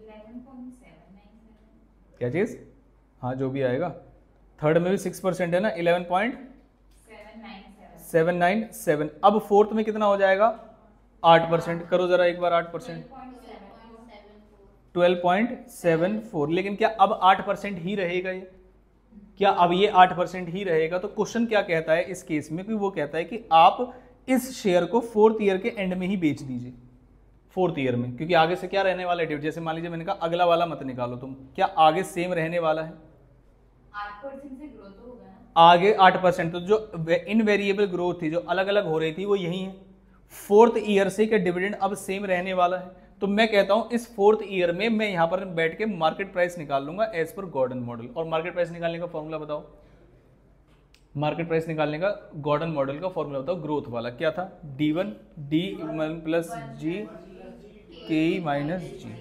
बस। क्या ये बात समझ में आई? मैं अगर 4th ईयर के एंड यानी कि 5th ईयर के स्टार्टिंग, या फिर मैं बोल दूं इसे 3rd ईयर का एंड और 4th ईयर का स्टार्टिंग, क्या बोलूं बताओ, 4th ईयर में, अगर मैं 3rd ईयर के एंड में मैंने बोला कि इनवेरिएबल ग्रोथ थी और अब ग्रोथ जो है बराबर बराबर होने वाली है, तो क्या होगा बताओ। अब जो मैं यहां निकालूंगा वो 3rd ईयर का एंड और 4th ईयर का स्टार्टिंग, क्या बात एक ही है, 3rd ईयर का एंड और 4th ईयर का स्टार्टिंग। क्या ये बात समझ में आई? अब मैंने कहा मुझे 4th ईयर के स्टार्टिंग में अगर मुझे कोई वैल्यू निकालनी है, किसके ईयर के स्टार्टिंग में, 4th ईयर के स्टार्टिंग में, तो मुझे क्या देखना पड़ेगा, डिविडेंड 4th ईयर के स्टार्टिंग में कितना पे हो रहा है या एंड में, P0 निकालना है मुझे, बताओ फटाफट से। P0 निकालने के लिए क्या करते हैं हम, डिविडेंड D1 लेते हैं, तो डिविडेंड एंड में पे होगा या अभी होगा, जल्दी से बताओ मुझे, 4th ईयर के स्टार्टिंग में कोई वैल्यू निकालनी है। डिविडेंड करंट का लेंगे या एंड का लेंगे, D1 का मतलब क्या होता है, एंड में लेंगे, तो मैंने कहा D1 डिवाइड बाय ये जो भी मैं यहां पर प्राइस निकालूंगा और जो यहां पर मार्केट प्राइस आ जाएगा उसको मैं प्रेजेंट वैल्यू फैक्टर जो मुझे क्वेश्चन में गिवन होगा उससे मल्टीप्लाई करूंगा सारी डिविडेंड वगैरह सारी अमाउंट्स को, और जहां से ग्रोथ रेट स्टेबल हो जाएगी वहां तक का मैं एक वैल्यू निकालूंगा, जिसके बाद स्टेबल हो जाएगी प्राइस निकाल लूंगा कि मार्केट प्राइस क्या होगा शेयर का, और उसमें प्रेजेंट वैल्यू फैक्टर से मल्टीप्लाई कर दूंगा तो ये इंट्रिंसिक वैल्यू आ जाएगी। थोड़ा सा कंसेप्ट बताया मैंने, अभी एक प्रैक्टिकल कराऊंगा, थोड़ा थोड़ा समझ में आया क्या करना है। जहां तक वेरिएबल, जहां तक चेंज हो रहा है वहां तक आप डिविडेंड निकालते जाइए, जिस पॉइंट के बाद स्टेबल हो जाएगा उस पॉइंट के ईयर के स्टार्टिंग का क्या निकाल लेंगे आप, प्राइस, मार्केट प्राइस, और मार्केट प्राइस जो भी आएगा वहां पर और सभी डिविडेंड का आपको प्रेजेंट वैल्यू फैक्टर से मल्टीप्लाई करना और इंट्रिंसिक वैल्यू निकल जाएगी। एक क्वेश्चन दिखा देता हूं, कौन सा क्वेश्चन था वो, इंट्रिंसिक वैल्यू वाला, ये रहा। देखो ग्रोथ समझना जरा ध्यान से, company is expected to grow, अभी कंपनी की फेस वैल्यू कितने की है, 100 रुपए की, कंपनी ग्रो करना चाहती है 15% से for next 4 years and then 5% for indefinite period. तो पहले मैं 4 साल तक का डिविडेंड निकालूंगा, क्योंकि अभी तक सिर्फ 4 साल तक ग्रो कर रही है, उसके बाद चेक करेंगे, ठीक है। The share holder expected 20% return on their investment, ये क्या है, KE, कहां काम आएगा बताओ, जब मार्केट प्राइस निकालूंगा। आगे चलते हैं, company paid a dividend of ₹120 per share for the current financial year, अभी पे किया है उन्होंने, currently share are traded on average price of 3122 on the last day. आपको बताना है इंट्रिंसिक वैल्यू के हिसाब से कि ये वाली जो वैल्यू है ज्यादा है या कम है, मतलब मेरे वाली वैल्यू कैलकुलेशन में कोई काम नहीं है इसका, मैं जब वो मल्टीप्लाई करके प्रेजेंट वैल्यू फैक्टर वगैरह सारे निकाल के जब कंपेयर करूंगा तब देखूंगा मैं इसको। क्या ये बात समझ में? अब पहले मैं आपसे डिविडेंड पूछना चाहता हूं कि अगर मान लीजिए ईयर 1 का डिविडेंड क्या होगा, ईयर 1 2 3 4, जल्दी से बताइए डिविडेंड। अभी हमने जस्ट 120 का पे किया है और मैं सोच रहा हूं ये कितने से बढ़ेगी, 15% से हर साल, तो 120 प्लस 15% कितना होगा, 138 प्लस 15% प्लस 182.505, लास्ट 209.88। अगर मैं मान लीजिए मैंने कहा अब मुझे 5th ईयर के स्टार्टिंग का प्राइस चाहिए, तो कैसे निकालूंगा जरा जल्दी से बताओ। 5th ईयर के प्राइस स्टार्टिंग का मतलब क्या 4th ईयर का एंड ही होता है, क्या ये बात समझ में है? तो मैं प्राइस निकालूंगा D1, तो 209.88 प्लस इस बार D1 निकालने के लिए मुझे कितने परसेंट से मल्टीप्लाई करना पड़ेगा, 5 या 15? यहां से ग्रोथ कितनी हो रही है, 5। तो अभी लेटेस्ट डिविडेंड कितना पे किया है? अगर मैं इसके एंड और 5th ईयर के स्टार्टिंग में बैठ के सोचूंगा तो यही सोचूंगा ना कि अभी डिविडेंड कितना पे हुआ है और आगे जाके कितना ग्रो होगा, तो D1 निकल जाएगा मेरा। बताओ कितना आएगा, 209.88 और 1 प्लस जी, और 1 प्लस जी कितना है 0.5 डिवाइड बाय के कितना है, के कितना है क्वेश्चन में 20%, के है मेरा 0.20 और जी कितना है मेरा 0.05। जरा फटाफट से एक बार वैल्यू बताओ क्या किया है मैंने, समझ में आया नहीं आया, फॉर्मूला लगाया उसका बताओ। 1469.16 सभी का यही आ रहा है? एक बार मैं इनको क्रॉस चेक कर लूँ, 1469.16। एक बार मैं इनको क्रॉस चेक कर लूँ फिर आगे बढ़ते हैं। कौन सा क्वेश्चन नंबर था ये? 5th practical. नहीं, उनका तो 590 आ रहा है भाई।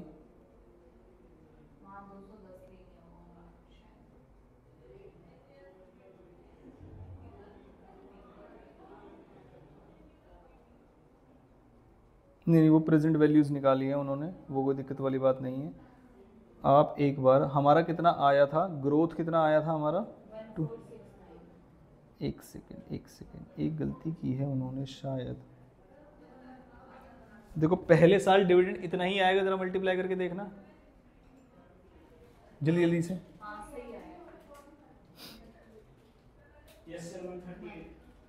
यही आया, पक्की बात है। कितने साल तक रहेगा, एक बार मैं क्वेश्चन पढ़ लूं। The company is expected to grow at the rate 15% per annum for the next 4 years.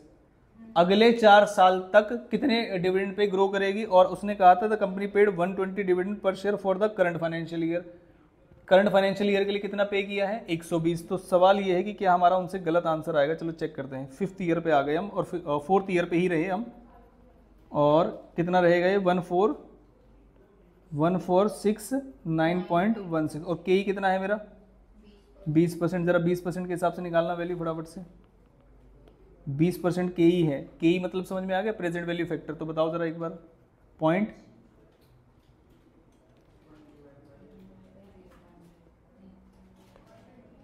1 divide bye 1.2, 0.833, 694,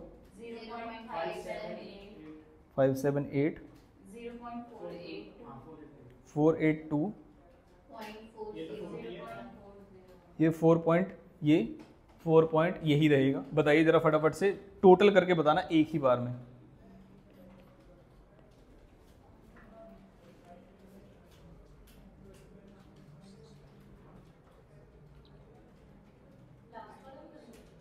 हाँ हाँ,